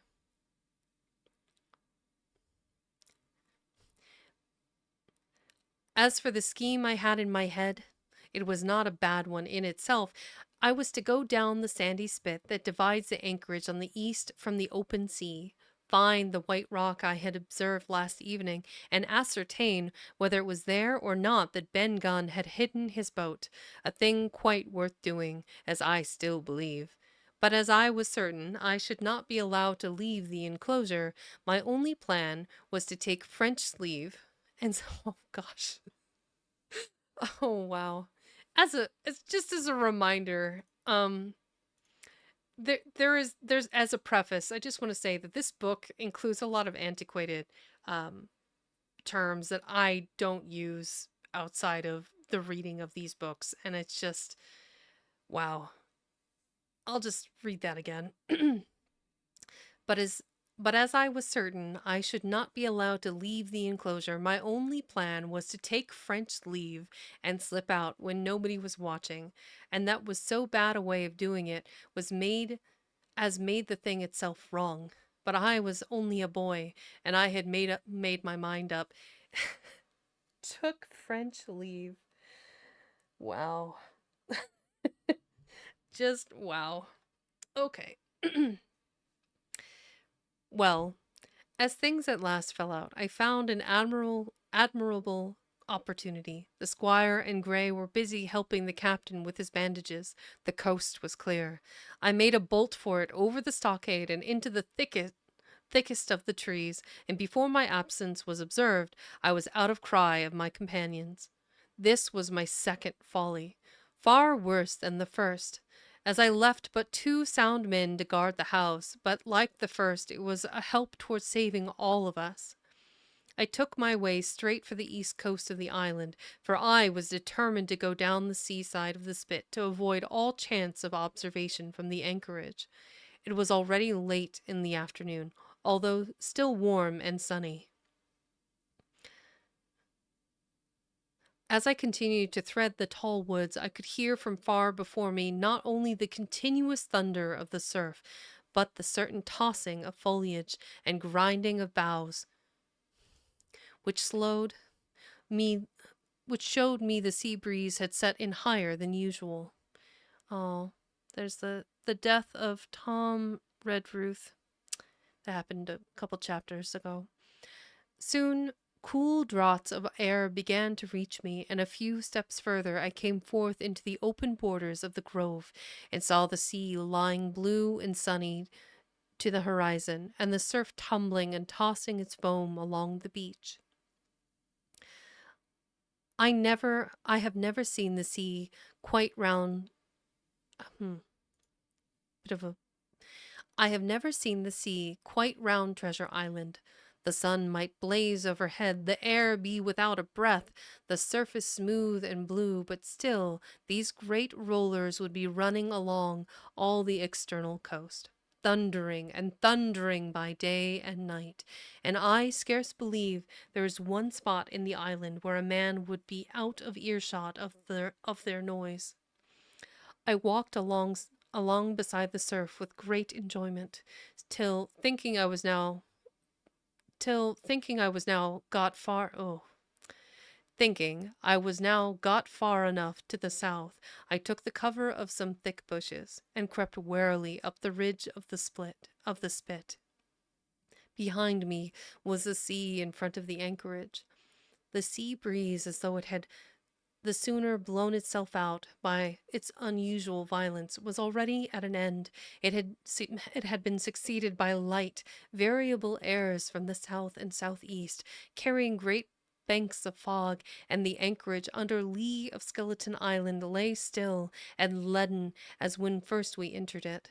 The Hispaniola in the unbroken mirror was exactly portrayed from the truck to the water line, the Jolly Roger hanging from her peak.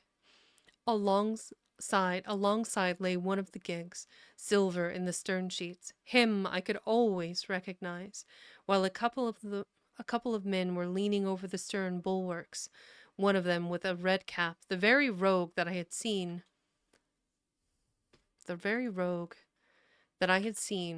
some hours before stride legs upon the palisade. Apparently they were talking and laughing, though at that distance, upward of a mile, I could, of course, hear no word of what was said.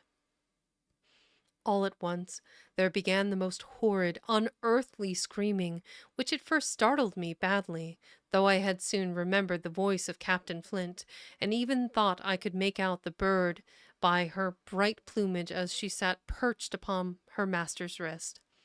Soon after, the jolly boat shoved off and pulled for shore, and the man with the red cap and his comrade went below by the cabin companion. Just about the same time, the sun had gone down behind the spyglass, and as the fog was collecting rapidly, it began to grow dark in earnest. I saw I must lose no time if I were to find the boat that evening. The white rock, visible enough above the brush, was still some eighth of a mile further down the spit, and it took me a goodish while to get up with it, crawling, often on all fours among the scrub. Night had almost come when I laid my hand on its rough sides. Right below it there was an exceedingly small hollow of green turf, hidden by banks and a thick underwood about knee-deep, that grew there very plentifully, and in the center of the dell, sure enough, a little tent of goatskins, like what the gypsies carry about, with them in England. Sometimes I'm just okay. I dropped into the hollow, lifted the side of the tent, and there was Ben Gunn's boat, homemade, if ever anything was homemade, a rude, lopsided framework of tough wood, and stretched upon that a covering of goatskin, with the hair inside.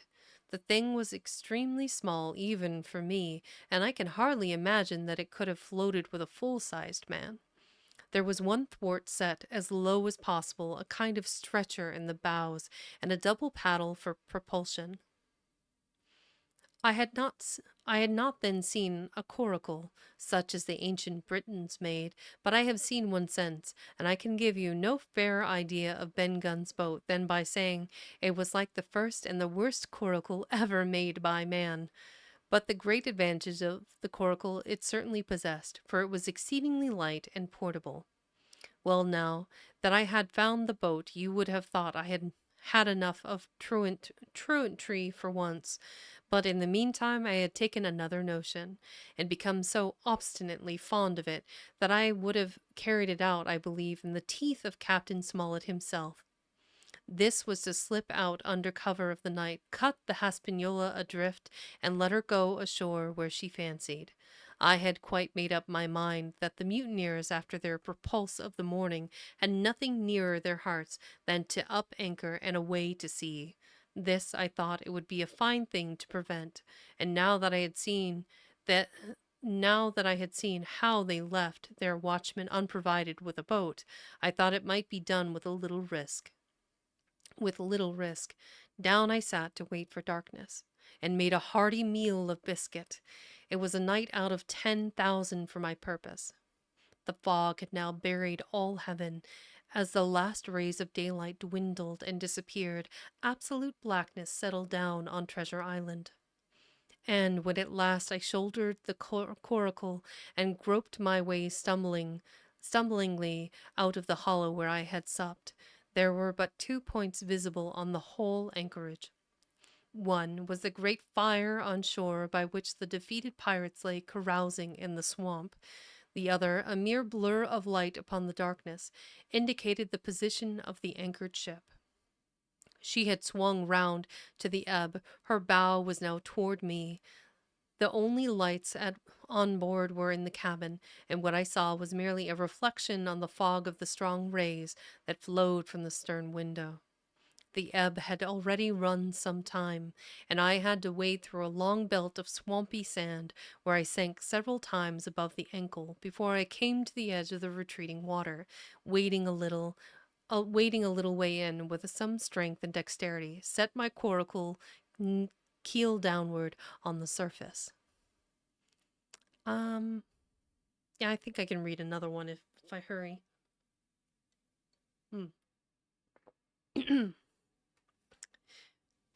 So, we are between chapters, so I will be quick. Caffeinate, hydrate, snack, whatever you need to do. Let's get back to the thick of it. I'm excited to see where this goes because Jim's about to do something stupid. So it's very exciting. Chapter 23. The Ebb Tide Runs.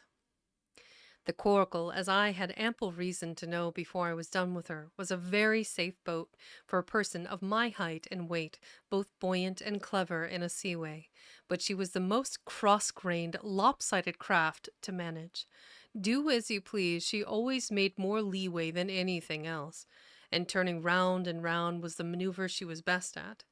Even Ben Gunn himself has admitted that she was queer to handle till you knew her way.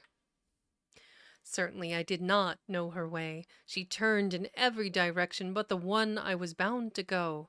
The most part of the time we were broadside on, and I am very sure I never should have made the ship at all but for the tide.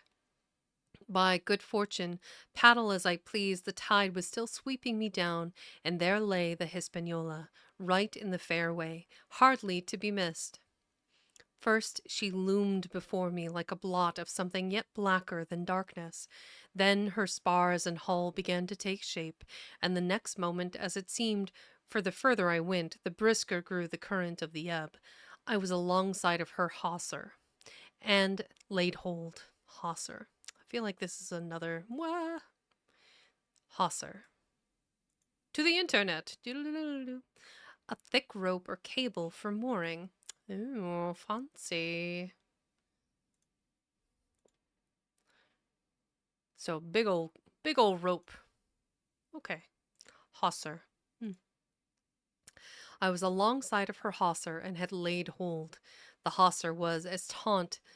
The hawser was as taut as a bowstring, so strong she pulled upon her anchor.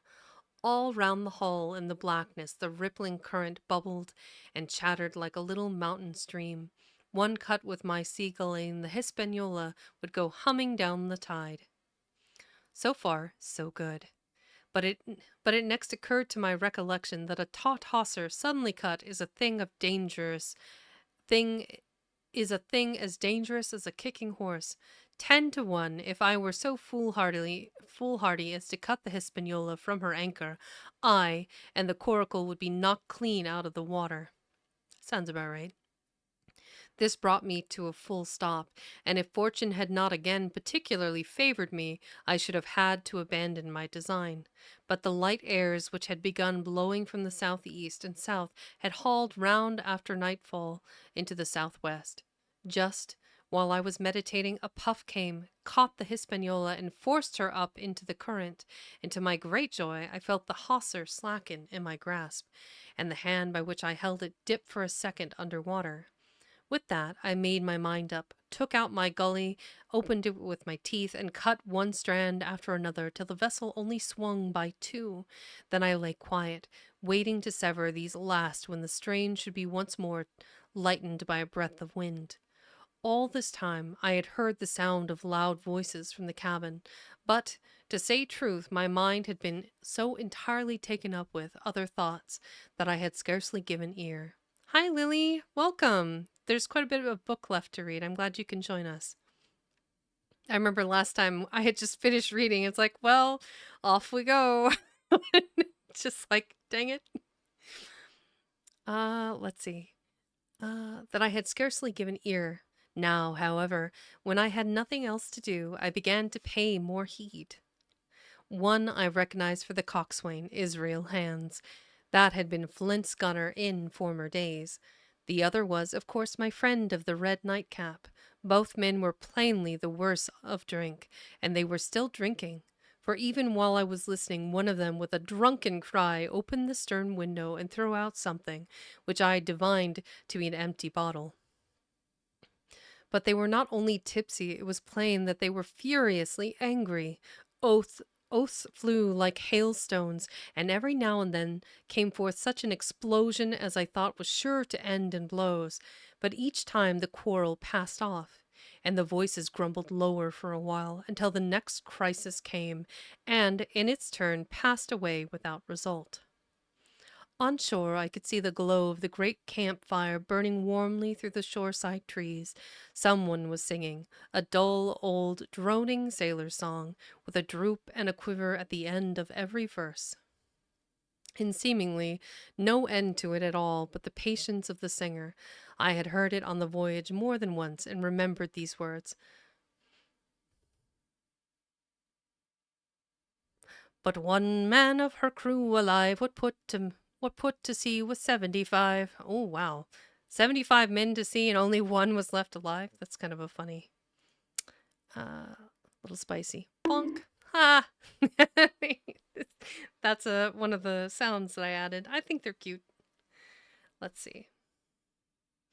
Open image. Let's grab this real quick. So I don't think that Lewis Reed quite did it justice to the coracle there, but here he is by the White Rock, pulling off the boat.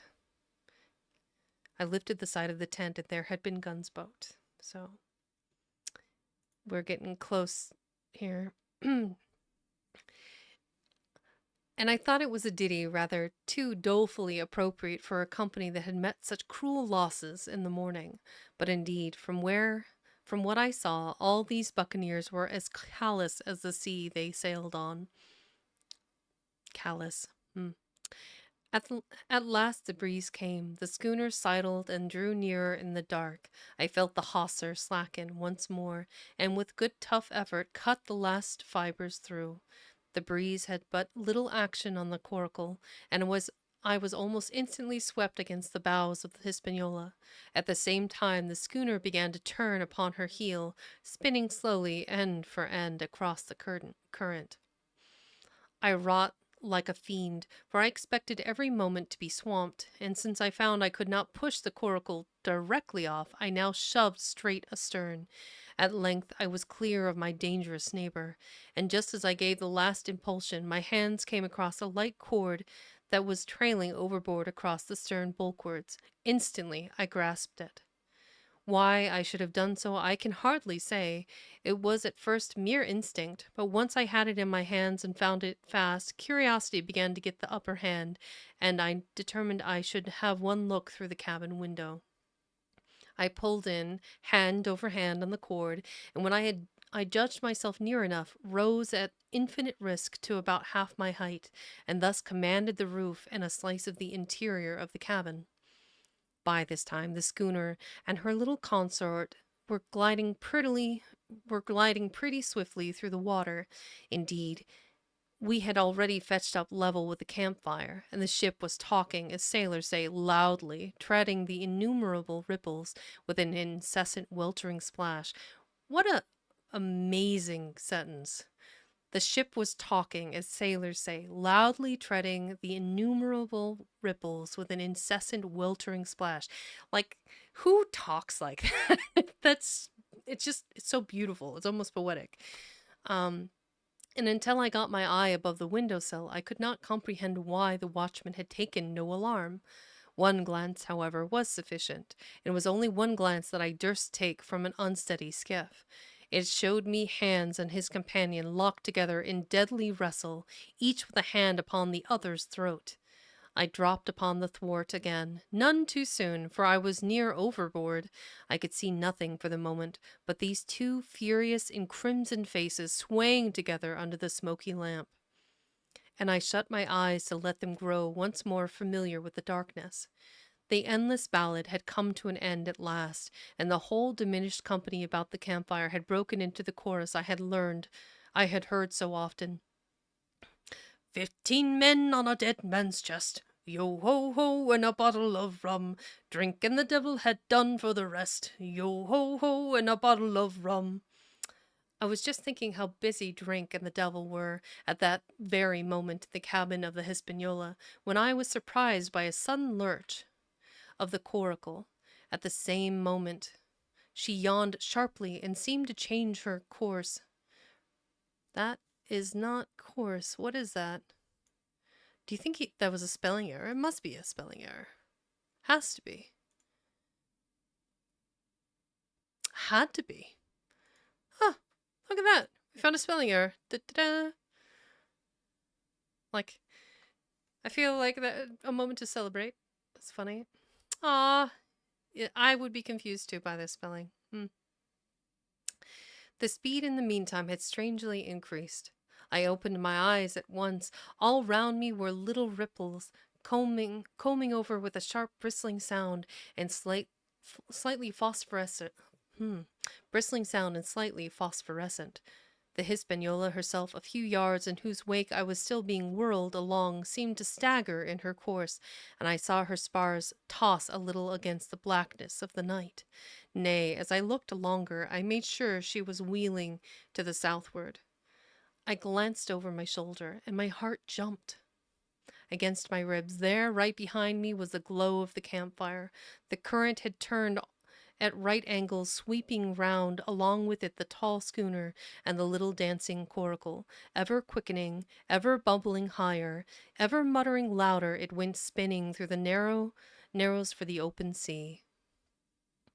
Suddenly the schooner in front of me gave a violent yaw, turning, perhaps, through 20 degrees, and almost at the same moment one shout followed another from on board. I could hear feet pounding on the companion ladder, and I knew that the two drunkards had at last been interrupted in their quarrel and awakened to the sense of their danger, of their disaster. I lay down flat in the bottom of that wretched skiff, and devoutly recommended my spirit to its Maker. At the end of the straits, I made sure we must fall into some bar of raging breakers, where all my troubles would be ended speedily, and though I could perhaps bear to die, I could not bear to look upon my fate as it approached, so I must have lain for hours continually beaten to and fro upon the billows, now and again wetted with flying sprays, and never ceasing to expect death at the next plunge. Gradually weariness grew upon me, a numbness, an occasional stupor fell upon my mind even in the midst of my terrors, until sleep at last supervened, and in my sea-tossed coracle I lay and dreamed of home and the old Admiral Benbow. Which, if you haven't heard the earlier parts of the book, that's the name of the inn that his family ran. It's about that time, so I'm going to go on a quick be right back, and I will be back here in like 3 to 5 minutes.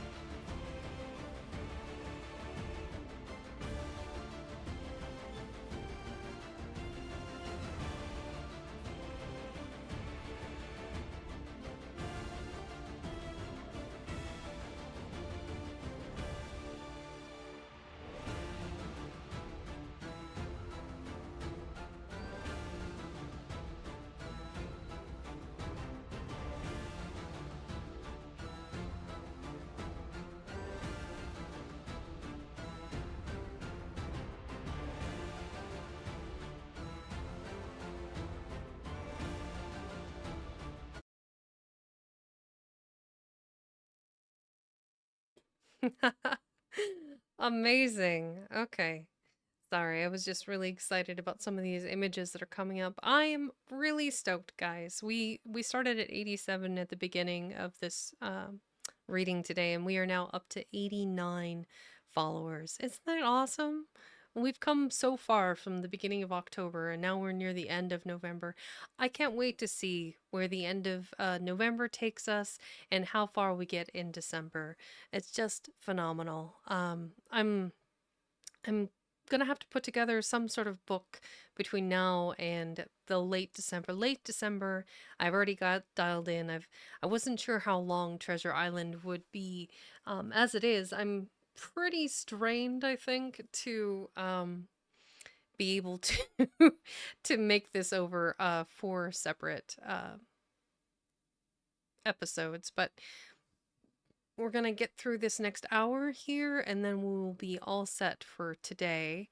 I have been considering reading a little bit earlier, just because I think it would make it a little bit easier on my mod team and some of my folks that like to listen.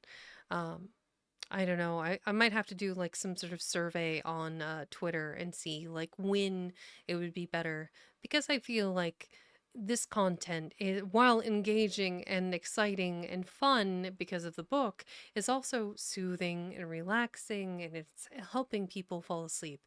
Not not the most confidence boosting, but that's the intent, is so that way people can drift off with amazing imagery in their heads. A little rougher during Halloween when we were doing Mary Shelley's Frankenstein and Bram Stoker's Dracula, but now we're into these fun stories like Peter Pan and now Treasure Island, and I'll pick something out nice for early December, and then we'll go into Christmas Carol at the end of December. So let's pull up the chapter header here. So I did want to get this picture in. This is Jim crawling up that hank of rope next to the coracle. I like how between the first picture and this picture, the coracle has gotten so much bigger, but it needs to be fair size in order for him to lay down in it, I suppose. But he took up that hank of rope and shimmied up the side and looked through the hole at the 2 men wrestling around inside there, which I think, yeah, is this picture. It showed me Hans and his companion locked together in deadly wrestle. So the red cap and Israel Hans wrestling around with, hands on each other's throats. Again, pen and ink, just amazing what you can do with just one tool and the right materials. Good paper, good ink. That must be a pretty sharp nib on that pen. I'm guessing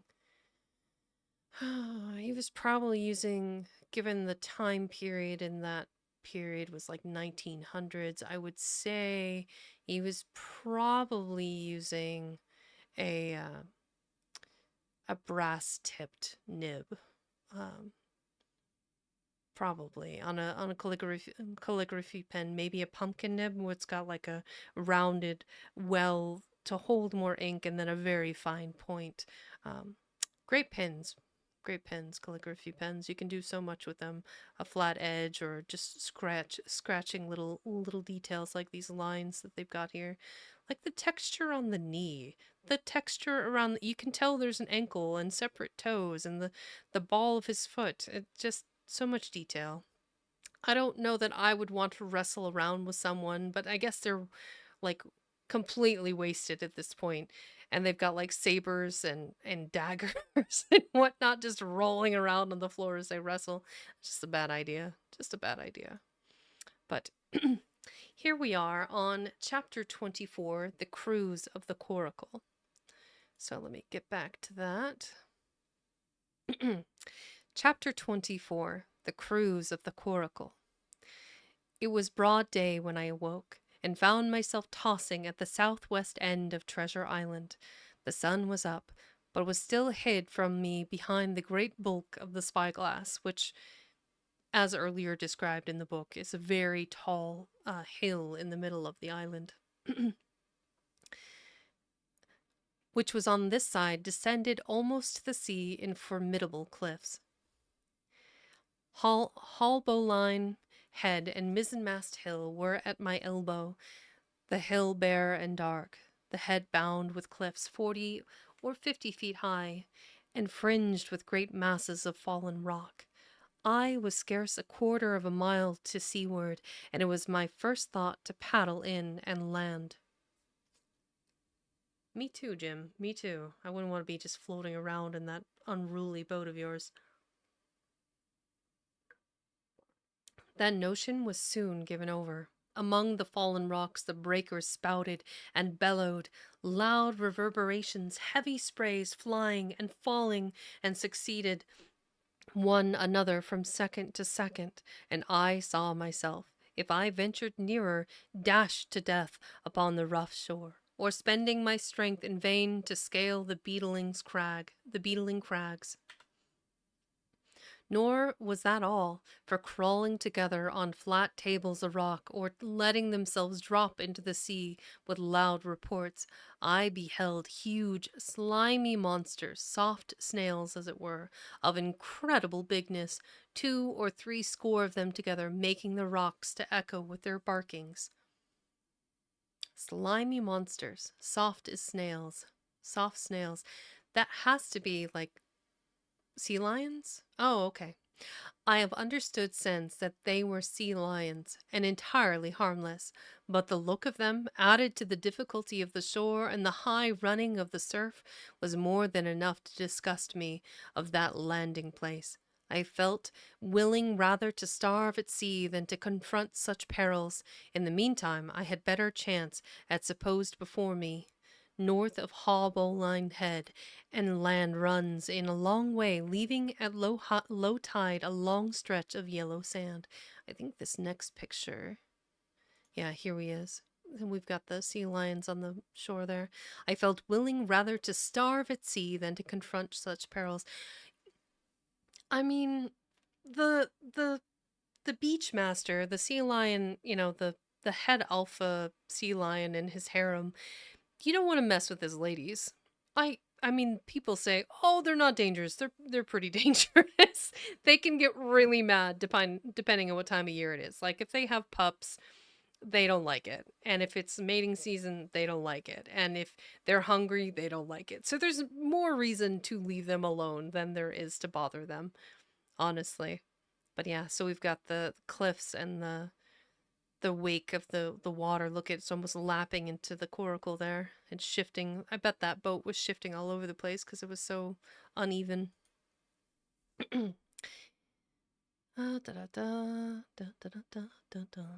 Okay. I'll just restart that paragraph. In the meantime, I had better chances, I supposed, before me, north of Hallbowline, oh, what a word, north of Hallbowline Head. The land runs in a long way, leaving at low tide a long stretch of yellow sand.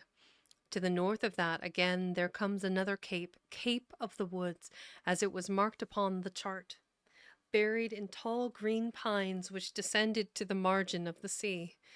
I remembered what Silver had said about the current that sets northward along the whole west coast of Treasure Island, and seeing from my position that I was already under its influence, I preferred to leave Hull Bowline Head behind me and reserve my strength for an attempt to land upon the kindlier looking Cape of the Woods.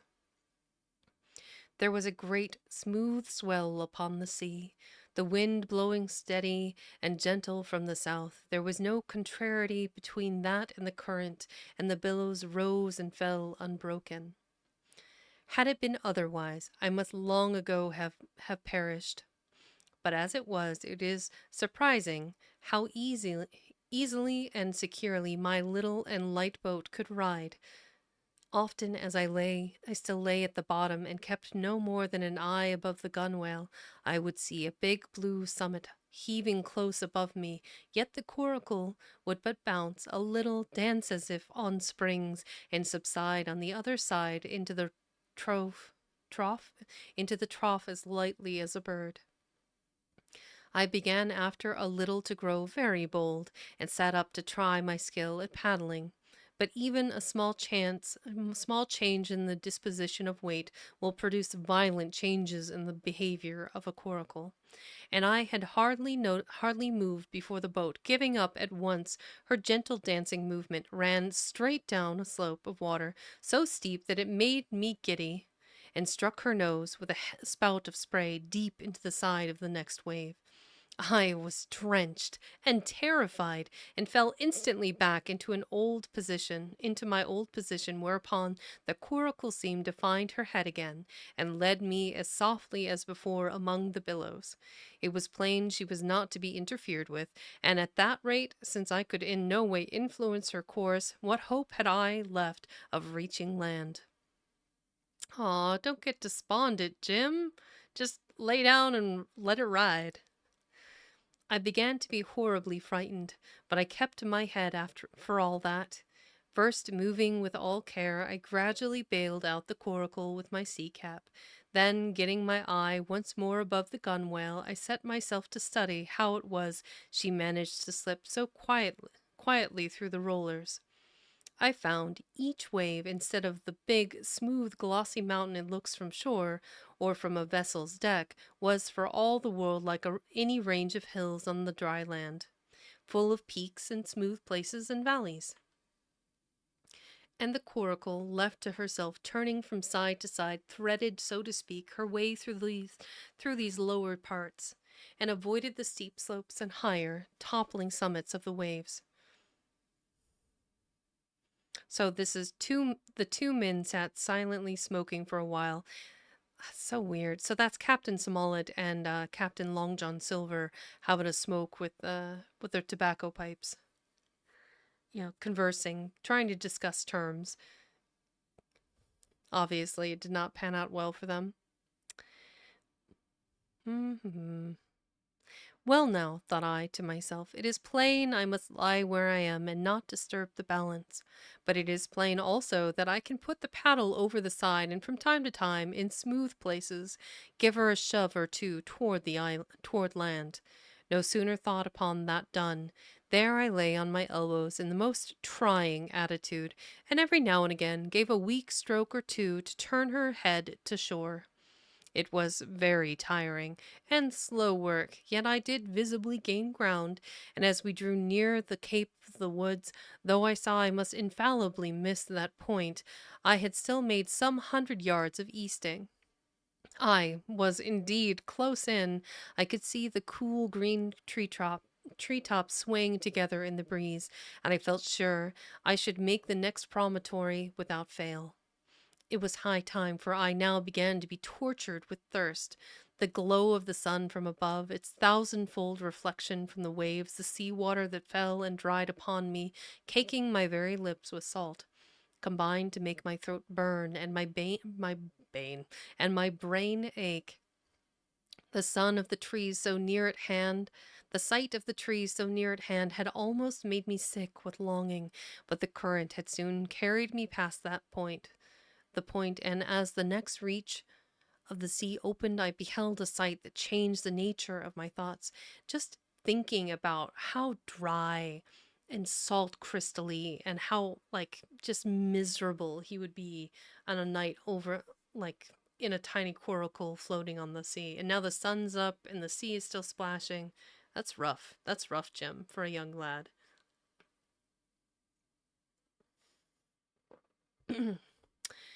Right in front of me, not half a mile away, I beheld the Hispaniola, under sail.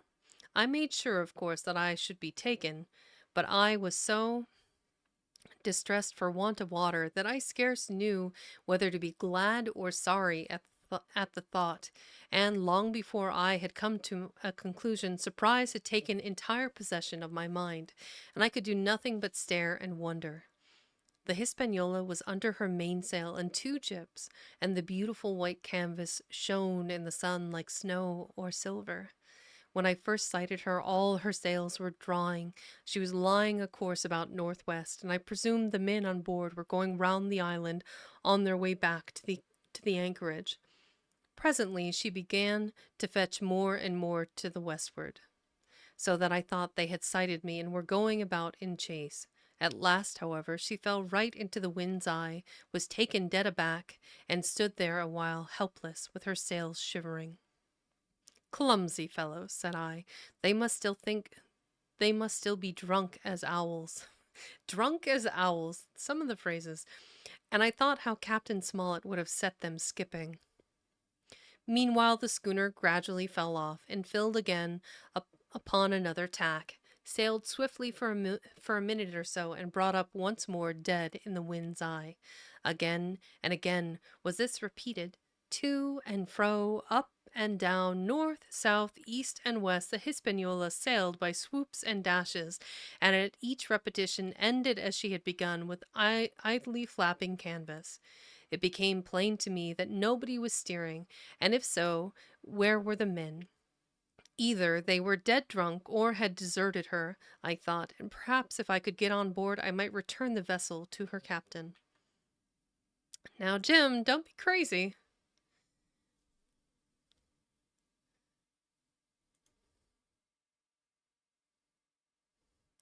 The current was bearing coracle and schooners southward at an equal rate.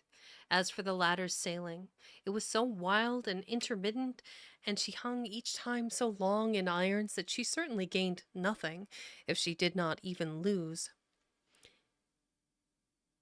If only I dared to sit up and paddle.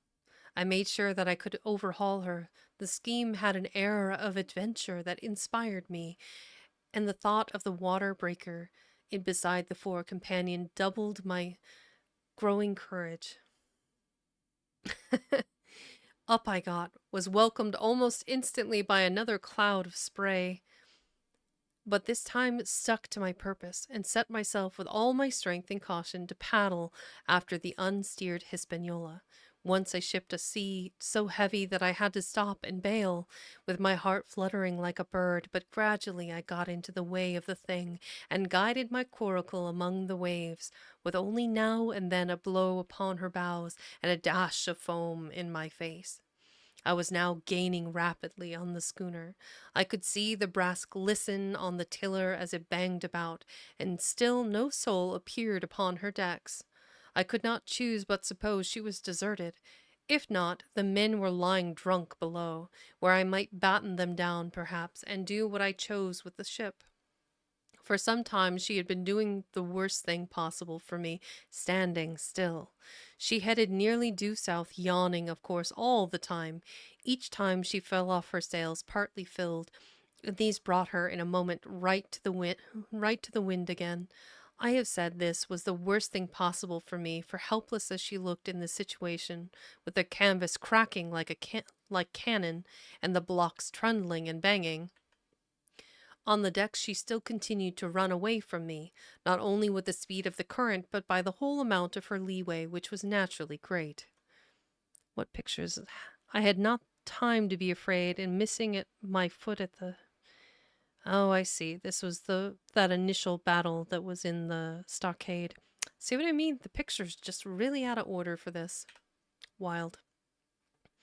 But now at last I had my chance. The breeze fell for some seconds very low, and the current gradually turning her, the Hispaniola revolved slowly around her center, and at last presented me her stern, with the cabin window still gaping open and the lamp over the table still burning on into the day. The mainsail hung drooped like a banner. She was stock still, but for the current. For the last little while I had even lost, but now, redoubling my efforts, I began once more to overhaul the chase. I was not 100 yards from her when the wind came again in a clap.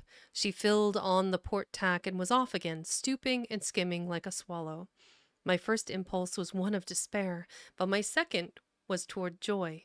Round she came till she was broadside on to me, round still till she had covered a half, and then 2/3, and then 3/4 of the distance that separated us.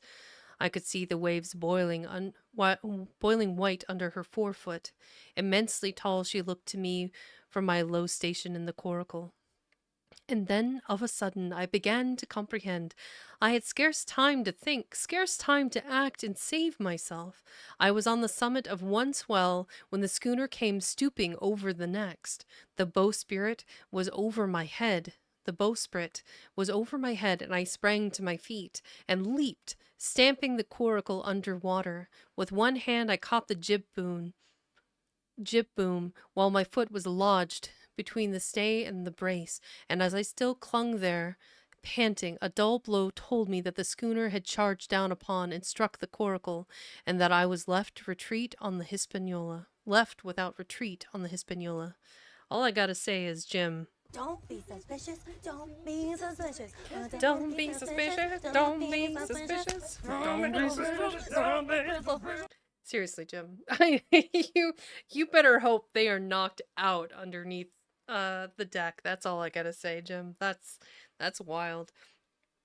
Here we are between chapters. This is before chapter 25. I'll get that picture up and running here. Oh, that's fortuitous. It does look like they're knocked out there.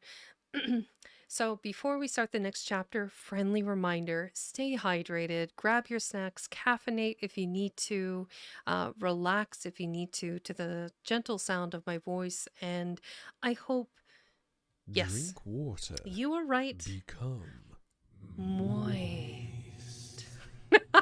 Every time. Snack time! Yep, yep. Okay, gosh. The mod team thinks I'm breaking myself or something. Jeez. Okay, you're on to something there. Oh, that might be one of the poses. Next year, like after the new year sometime, I'm probably going to commission a VTuber, and I think that's one of the poses I should get, is some kind of stretching. Yes. Okay. All the things. You got it. Eat, drink, caffeinate, stretch, pray. I don't know. Whatever it takes. But here we are. I strike the Jolly Roger. So, chapter 25. We're cooking. We are cooking. We're probably going to finish the next chapter, maybe 2.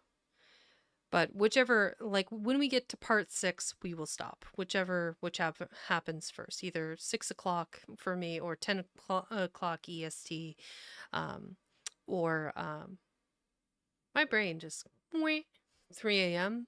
GMT, Greenwich Mean Time, I think. Whichever. Chapter 25. I strike the Jolly Roger. I had scarce gained a position on the bowsprit when the flying jib flapped and filled upon the other tack with a report like a gun. The schooner trembled to her keel under the reverse, but next moment, the other sail still drawing, the jib flapped back again and hung idle. What part of the schooner is the jib? I'm not really sure. Oh, it's the triangle sail. Okay, it's the little guy. It's a little guy.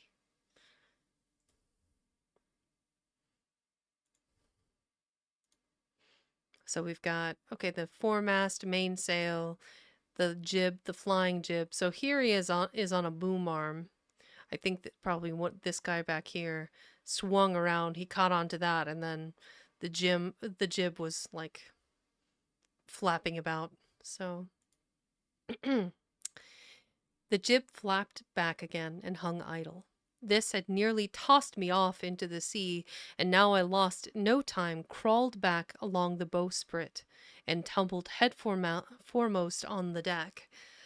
I was on the lee side of the forecastle, and the mainsail, which was still drawing, concealed from me a certain portion of the after deck. Not a soul was to be seen. The planks, which had not been swabbed since the mutiny, bore the print of many feet. Oh, gross.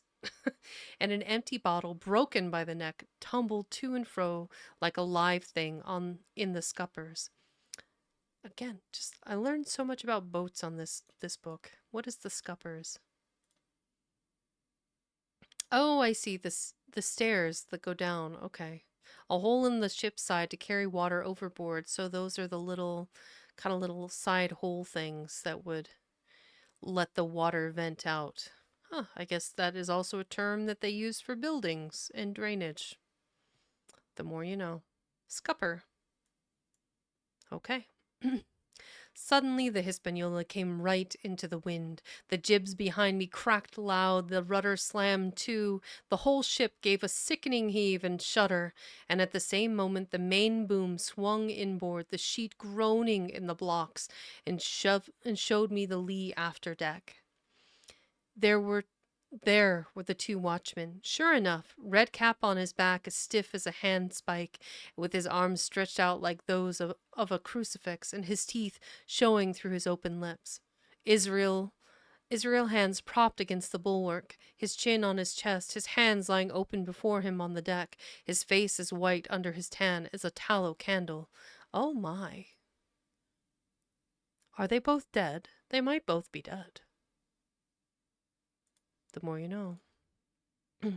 For a while the ship kept bucking and sidling like a vicious horse, the sails filling, now on one tack, now on another, and the boom swinging to and fro till the mast groaned aloud under the strain.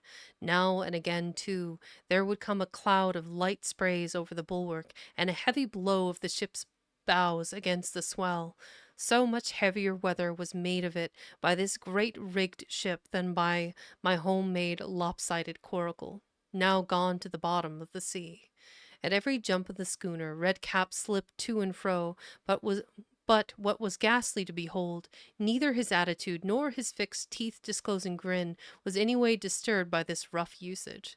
At every jump, too, Hans appeared still more to sink into himself and settle down upon the deck, his feet sliding ever further out and the whole body canting toward the stern, so that his face became little by little hid from me, and at last I could see nothing beyond his ear and the frayed ringlet of one whisker. At the same time I observed around both of them splashes of dark blood upon the planks, and began to feel sure that they had killed each other in their drunken wrath. Probably. Better that than what would have been for them if they were found out to have let the ship go by Long John, I suppose. While I was thus looking and wondering in a calm moment when the ship was still, Israel Hands turned partly round and with a low moan writhed himself back to the position in which I had seen him first. The moan which told of pain and deadly weakness, and the way in which his jaw hung open went right to my heart. But when I remembered the talk I had overheard from the apple barrel, all pity left me. I walked aft until I reached the mainmast. "Come aboard, Mr. Hands," I said ironically. He rolled his eyes round heavily, but he was too far gone to express surprise. All he could do was to utter one word: brandy. It occurred to me there was no time to lose, and dodging the boom as it once more lurched across the deck, I slipped aft and down the companion stairs into the cabin. It was such a scene of confusion as you can hardly fancy. All the lock-fast places had been broken open in quest of the chart. The floor was thick with mud. The ruffians had sat down to drink or consult after wading in the marshes around their camp. The bulkheads, all painted in clear white, had beaded round with gilt, bore a pattern of dirty hands. Dozens of empty bottles clinked together in corners to the rolling of the ship. One of the doctor's medical books lay open on the table, half of the leaves gutted out, I suppose, for pipe lights. In the midst of all this the lamp still cast a smoky glow, obscure and brown as umber. I went into the cellar. All the barrels were gone, and of the bottles a most surprising number had been drunk out and thrown away. Certainly, since the mutiny began, not a man of them could ever have been sober. Foraging about, I found a bottle with some brandy left for Hands, and for myself I rout out some biscuit, some pickled fruits, a great bunch of raisins, and a piece of cheese. With these I came on deck, put down my own stock behind the rudder-head, and well out of the coxswain's reach, went forward to the water-breaker, and had a good, deep drink of water, and then, and not till then, gave Hands the brandy. He must have drunk a gill before he took the bottle from his mouth. "Aye," said he, "by thunder, by thunder, but I wanted some of that." I had sat down already in my own corner and begun to eat. "Much hurt?" I asked him. He grunted, or rather I might say he barked. "If that doctor was aboard," he said, "I'd be right enough in a couple of turns, but I don't have no matter of luck, you see, and that's what's the matter with me. And as for that swab, he's good and dead, he is," he added, indicating the man with the red cap. "He weren't no seaman anyhow, and where mought you have come from?" "Well," said I, "I've come aboard to take possession of this ship, Mr. Hands, and you'll please regard me as your captain until further notice." "Ballsy, Jim, Ballsy. Just, He looked at me sourly enough, but said nothing. Some of the color had come back into his cheeks, though he still looked very sick, and still continued to slip out and settle down as the ship banged about. By the by, I continued, I can't have these colors, Mr. Hands, and by your leave I'll strike 'em. Better none than these. And again dodging the boom, I ran to the color lines, handed down their cursed black flag, and chucked it overboard. God save the king, said I, waving my cap, and there's an end to Captain Silver. He watched me keenly and slyly, his chin all the while on his breast. I reckon, he said at last, I reckon, Captain Hawkins, you'll kind of want to get ashore now, s'pose we talks. Why, yes, says I. With all my heart, Mr. Hand, say on, and I went back to my meal with good appetite. This man, he began, nodding feebly at the corpse, O'Brien were his name, a rank Irelander. Wow. A rank Irelander, this man, and he got the canvas on her, got me, and me got the canvas on her, meaning for to sail her back. Well, he's dead now, he is, as dead as bilge. And who's to sail this ship I don't see. With that eye gives you a hint you ain't that man, as far as I can tell. Now look here, you gives me food and drink and an old scarf or anchor to tie my wound up, you do, and I'll tell you how to sail her, and that's about square all round, I take it.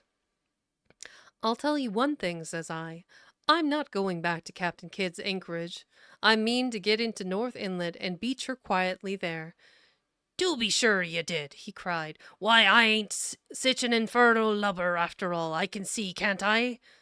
I've tried my fling, I have, and I've lost. And it's you has the wind of me, North Inlet? Why, I haven't no choice, not I. I'd help you sail her up to Execution Dock by thunder, so I would. Well as it seemed to me, there was some sense in this. We struck our bargain on the spot. In 3 minutes I had the Hispaniola sailing easily before the wind along the coast of Treasure Island, with good hopes of turning the northern point ere noon, and beating down again as far as North Inland before high water, when we might beach her safely and wait till the subsiding tide permitted us to land. Then I lashed the tiller and went below to my own chest, where I got a soft silk handkerchief of my mother's. With this and with my aid, Hands bound up the great bleeding stab he had received in the thigh, and how big is this handkerchief that it can bind up his whole leg? Either his leg is super tiny or the handkerchief is enormous.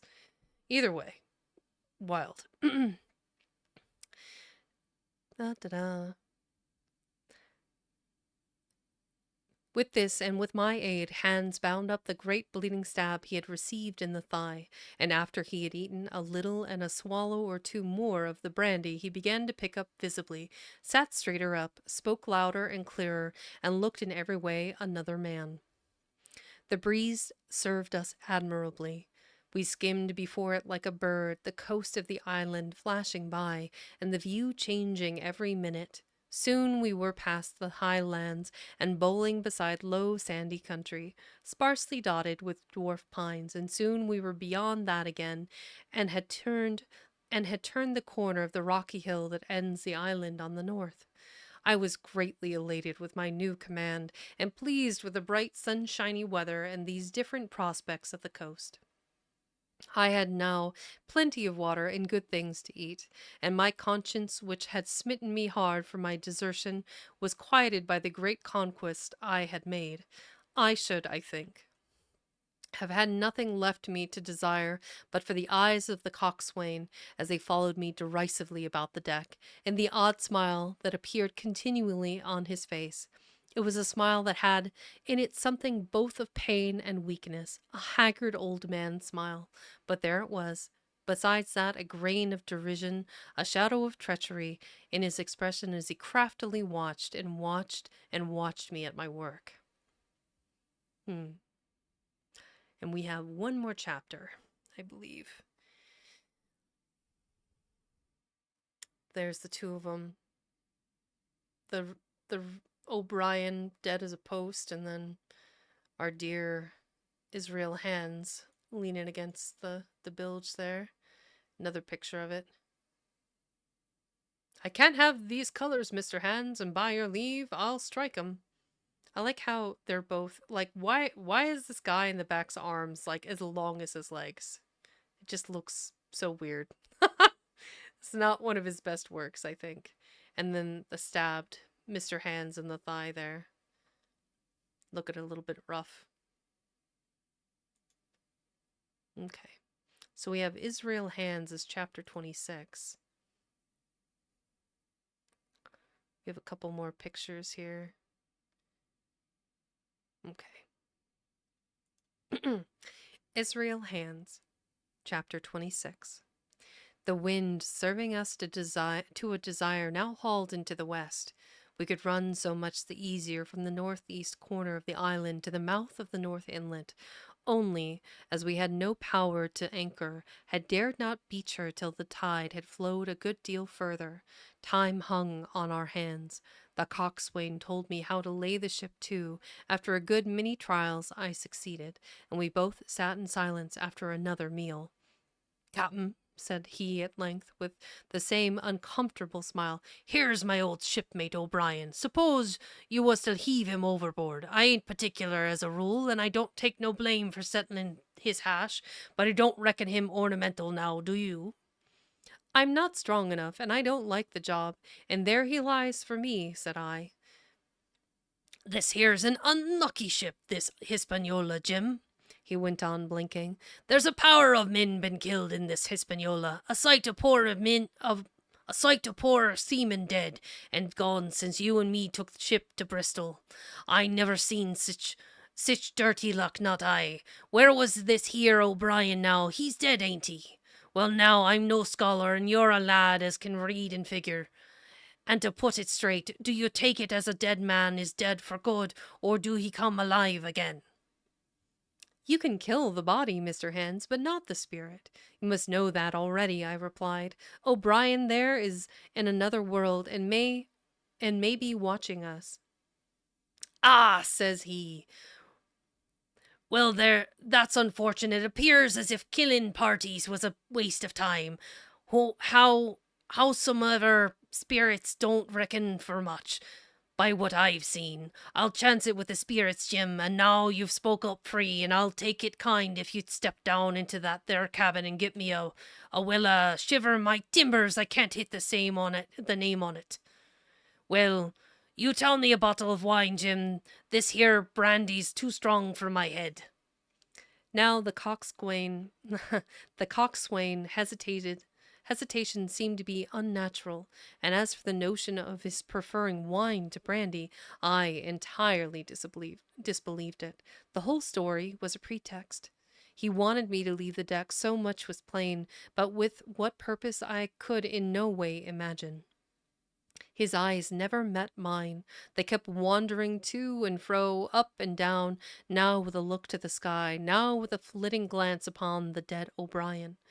All the time he kept smiling and putting his tongue out in the most guilty, embarrassed manner, so that a child could have told that he was bent on some deception. I was prompt with my answer, however, for I saw where my advantage lay, and that with a fellow so densely stupid I could easily conceal my suspicions to the end. Some wine, I said. Far better. Will you have white or red? Well, I reckon it's about blessed same to me, shipmate, he replied. It's strong and plenty of it, what's the odds? All right, I answered. I'll bring you port, Mr. Hands, but I'll have to dig for it.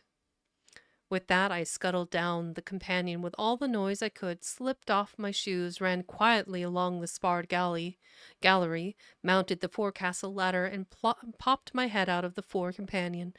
I knew he would not expect to see me there, yet I took every precaution possible, and certainly the worst of my suspicion proved too true.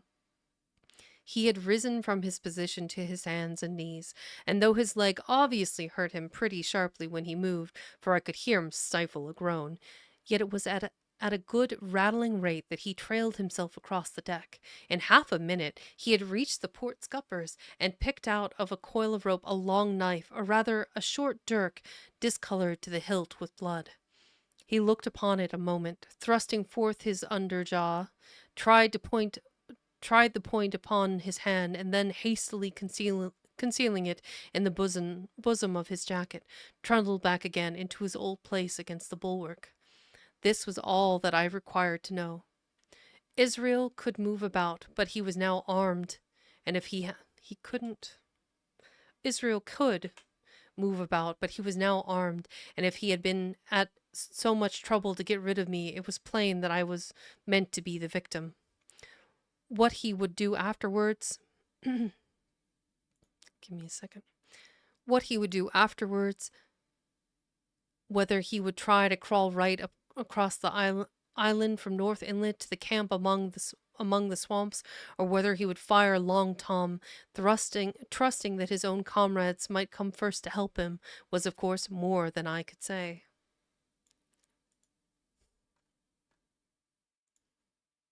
Yet I felt sure that I could trust him in one point, since in and that our interests jumped together, and that was in the disposition of the schooner.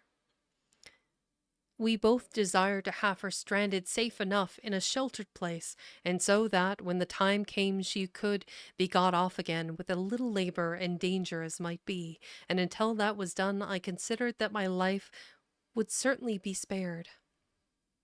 While I was thus turning this business over in my mind, I had not been idle with my body.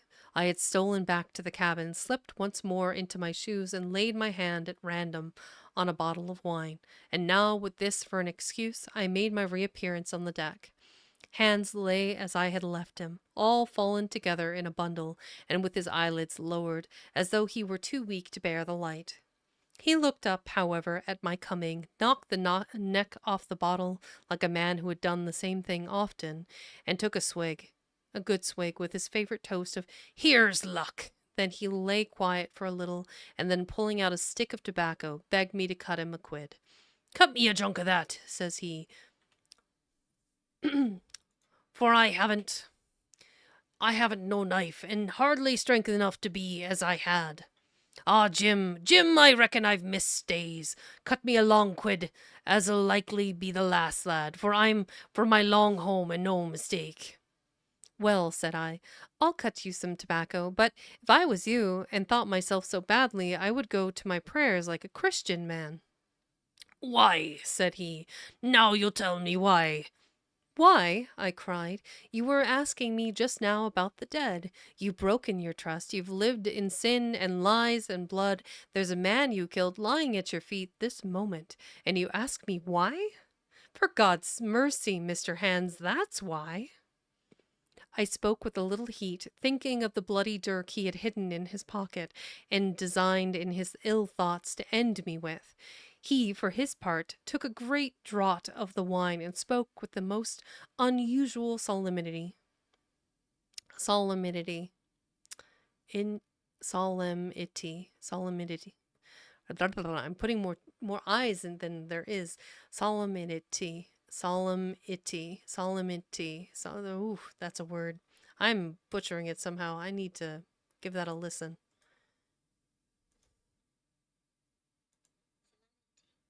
Solemnity. Okay, we got it.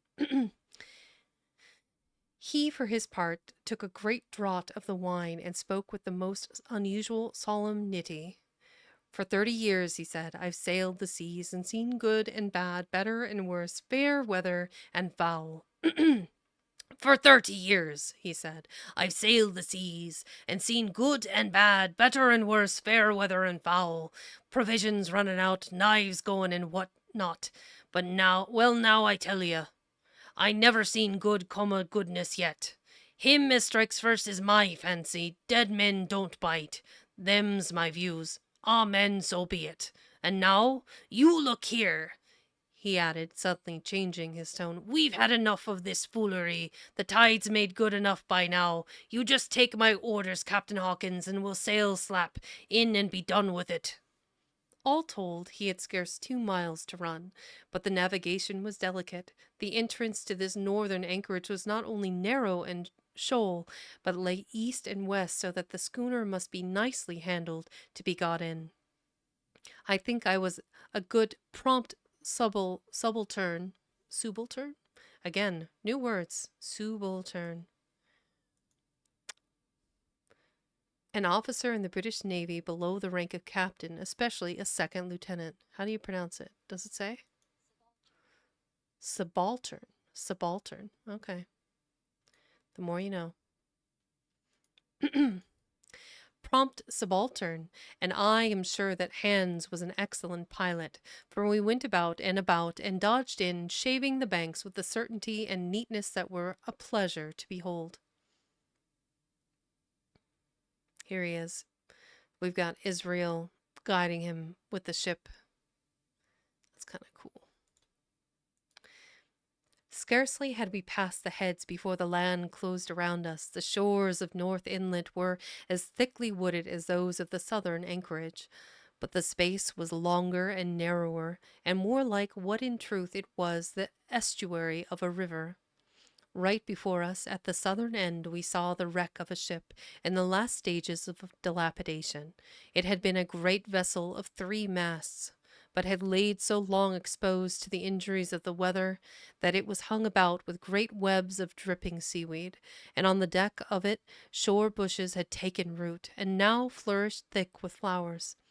It was a sad sight, but it showed us that the anchorage was calm. "Now," said Hans, "look there, there's a pet bit for the ship. Okay. Look there, there's a pet bit for to sheep. For to sheep. For to sheep. For to beach a ship in. Fine flat sand, never a cat's paw. Oh, wow. Fine fat sand." I am struggling here. Let's try this again.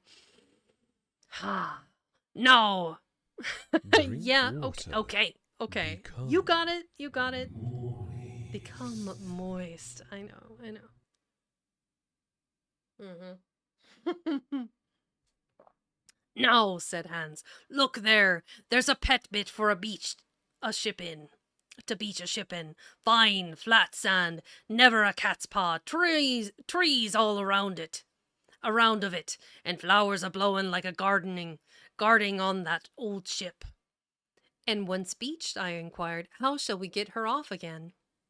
"Why so," he replied, You take a line ashore there on the other side at low water. Take a turn about one o' them big pines, bring it back, take a turn around the capstan, and lie to for the tide.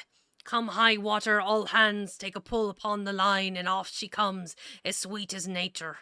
And now, boy, you stand by. We're near the bit now, and she's too much way on her. Starboard a little, so steady, starboard, larboard, a little steady, steady! Steady! Broke. Steady! There we go. So he issued his commands, which I breathlessly obeyed, till all of a sudden he cried, "Now, my hearty luff!" and I put the helm hard up, and the Hispaniola swung round rapidly and ran stem on for the low-wooded shore. The excitement of these last maneuvers had somewhat interfered with the watch I had kept hitherto, sharply enough, upon the coxswain. Even then I was still so much interested, waiting for the ship to touch, that I had quite forgot the peril that hung over my head, and stood craning over the starboard bulwarks, and watching the ripples spreading wide before the bows. I might have fallen without a struggle for my life, had not a sudden disquietude seized upon me, and made me turn my head. Perhaps I heard a creak, or seen his shadow moving with the tail of my eye. Perhaps it was an instinct like a cat's, but sure enough, when I looked round, there was Hans, already halfway toward me, with a dirk in his right hand. We must both have cried out aloud when our eyes met. But while mine was the thrill cry of terror, his was a roar of fury, like a charging bull's. At the same instant he threw himself forward, and I leaped sidewise toward the bows. As I did so, I left hold of the tiller, which sprang sharp to leeward, and I think this saved my life, for it struck Hans across the chest and stopped him for a moment dead. Before he could recover, I was safe out of the corner where he had trapped me, with all the deck to dodge about. Just forward of the mainmast I stopped, drew a pistol from my pocket, took a cool aim, though he had already turned and was once more coming directly after me, and drew the trigger. The hammer fell, but there followed neither flash nor sound. The priming was useless with sea water. I cursed myself for my neglect. Why had not I long before reprimed and reloaded my only weapon? Then I should not have been, as now, a mere fleeing sheep before this butcher. Wounded as he was, it was wonderful how fast he could move, his grizzled hair tumbling over his face, and his face itself as red as a red ensign with his haste and fury. I had no time to try my other pistol, nor indeed much inclination, for I was sure it would be useless. One thing I saw plainly, I must not simply retreat before him, or he would speedily hold me boxed into the bows, as a moment since he had so nearly boxed me in the stern. Once so caught, and 9 or 10 inches of the blood-stained dirk would be my last experience on the side of eternity. I placed my palms against the mainmast, which was of a goodish bigness. Goodish bigness. What a phrase. And waited every nerve upon the stretch. Seeing that I meant to dodge, he also paused, and a moment or two passed in feints on his part, corresponding movements upon mine. It was such a game as I had often played at home about the rocks of Black Hill Cove, but never before, you may be sure, with such a wildly beating heart as now. Still, as I say, it was a boy's game, and I thought I could hold my own at it against an elderly seaman with a wounded thigh. Indeed, my courage had begun to rise so high that I allowed myself a few darting thoughts on what would be the end of the affair, and while I saw certainly that I could spin it out for long, I saw no hope of any ultimate escape. Well, while things stood thus, suddenly the Hispaniola struck, staggered ground for an instant in the sand, and then, swift as a blow, canted over to the port side till the deck stood at an angle of 45 degrees. About a puncheon of water splashed into the scupper holes, and lay in a pool between the deck and bulwark. We were both of us capsized in a second, and both of us rolled almost together into the scuppers, the dead redcap with his arms still spread out, tumbling stiffly after us. So near were we, indeed, that my head came against the coxswain's foot with a crack that made my teeth rattle. Blow and all, I was the first afoot again, for Hans had got involved with the dead body. The sudden canting of the ship had made the deck no place for running on. I had to find some new way of escape, and that upon the instant, for my foe was almost touching me. Quick as thought, I sprang into the mizzen shrouds, rattled up hand over hand, and did not draw a breath till I was seated on the cross trees. I had been saved by being prompt. The dirk had struck not half a foot below me as I pursued my upward flight, and there stood Israel Hands, with his mouth open and his face upturned to mine, a perfect statue of surprise and disappointment.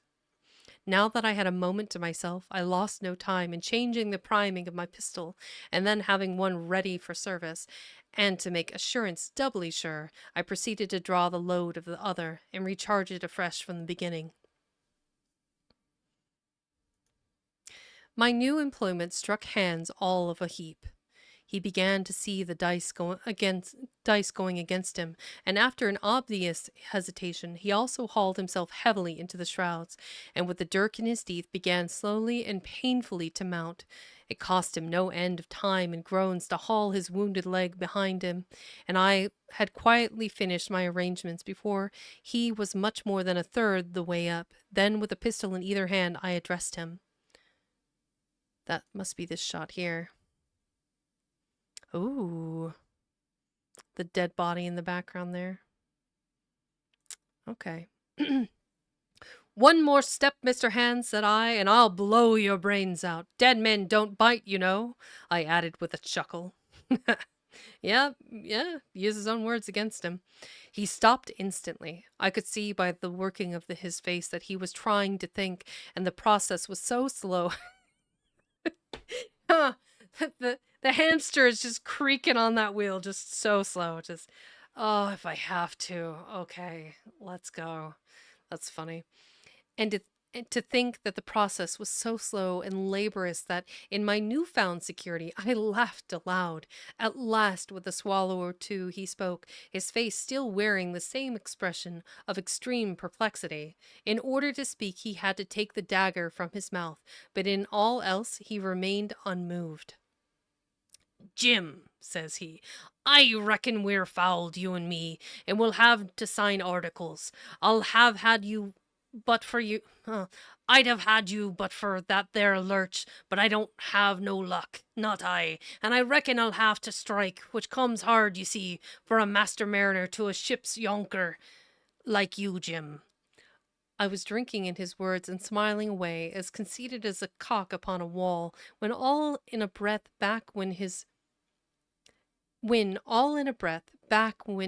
right hand over his shoulder. Something sang like an arrow through the air. I felt a blow, and then a sharp pang, and there I was pinned by the shoulder to the mast. In the horrid pain and surprise of the moment, I scarce can say it was by my own volition, and I am sure it was without conscious aim. Both my pistols went off, and both escaped out of my hands. They did not fall alone. With a choked cry, and the coxswain loosened his grasp upon the shrouds, and plunged head first into the water. Okay, it's 6 o'clock now, or 10 o'clock EST, or 3 a.m. Greenwich Mean Time. So I am going to say this is where we will pause for tonight. That gives us a little bit more to read at our next venture, which will be on Wednesday. We will be wrapping up the book at that time. So I will go ahead and update that. So I just wanted another shot here. So he got pinned at the shoulder. I wonder if it's just in the meat in the shoulder, maybe under the clavicle there. It'd be interesting. So he's pinned at the shoulder, shoots both of his barrels of his pistols, loses them, and in the process he shot him dead to rights, it looks like. The coxswain loosened his grasp upon the shrouds and plunged headfirst into the water. Dun dun dun. Okay. So we'll leave off there, I think is a good point to stop for tonight. So copy that. So we have a number of chapters left, but we will finish them on Wednesday. I just wanted to kind of wrap up before the ad break yells at me. So those of you that stuck around to listen, I appreciate every single one of you. And of course, this episode will be up on my Twitch for, I think, 2 weeks. I believe as an affiliate, it gets to be up for 2 weeks. So if you didn't get to listen to the whole thing today, we'll catch the next one. And in the meantime, let me figure out this raid situation and see who's available for good listening. Let me see. Cinder's on, they're chatting. She is playing a game. Papa Mutt is playing Lethal Company. That's super popular right now. There's a couple of people that are out there. Let me look at my grand list of people. Yar. I appreciate those of you that are sticking around to listen. Let me look here. I think Stupid Bear might be. Let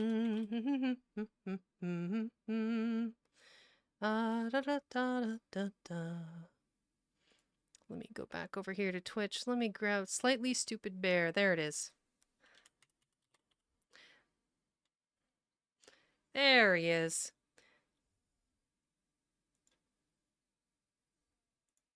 So this is my friend, Slightly Stupid Bear. I've known for a number of years. I just found out recently that they're a streamer, so I'm pretty excited. All right, everyone, let's go for a good time, and we'll get to watch him playing his dwarven space game. Deep Rock Galactic. So let's go. Alley-oop.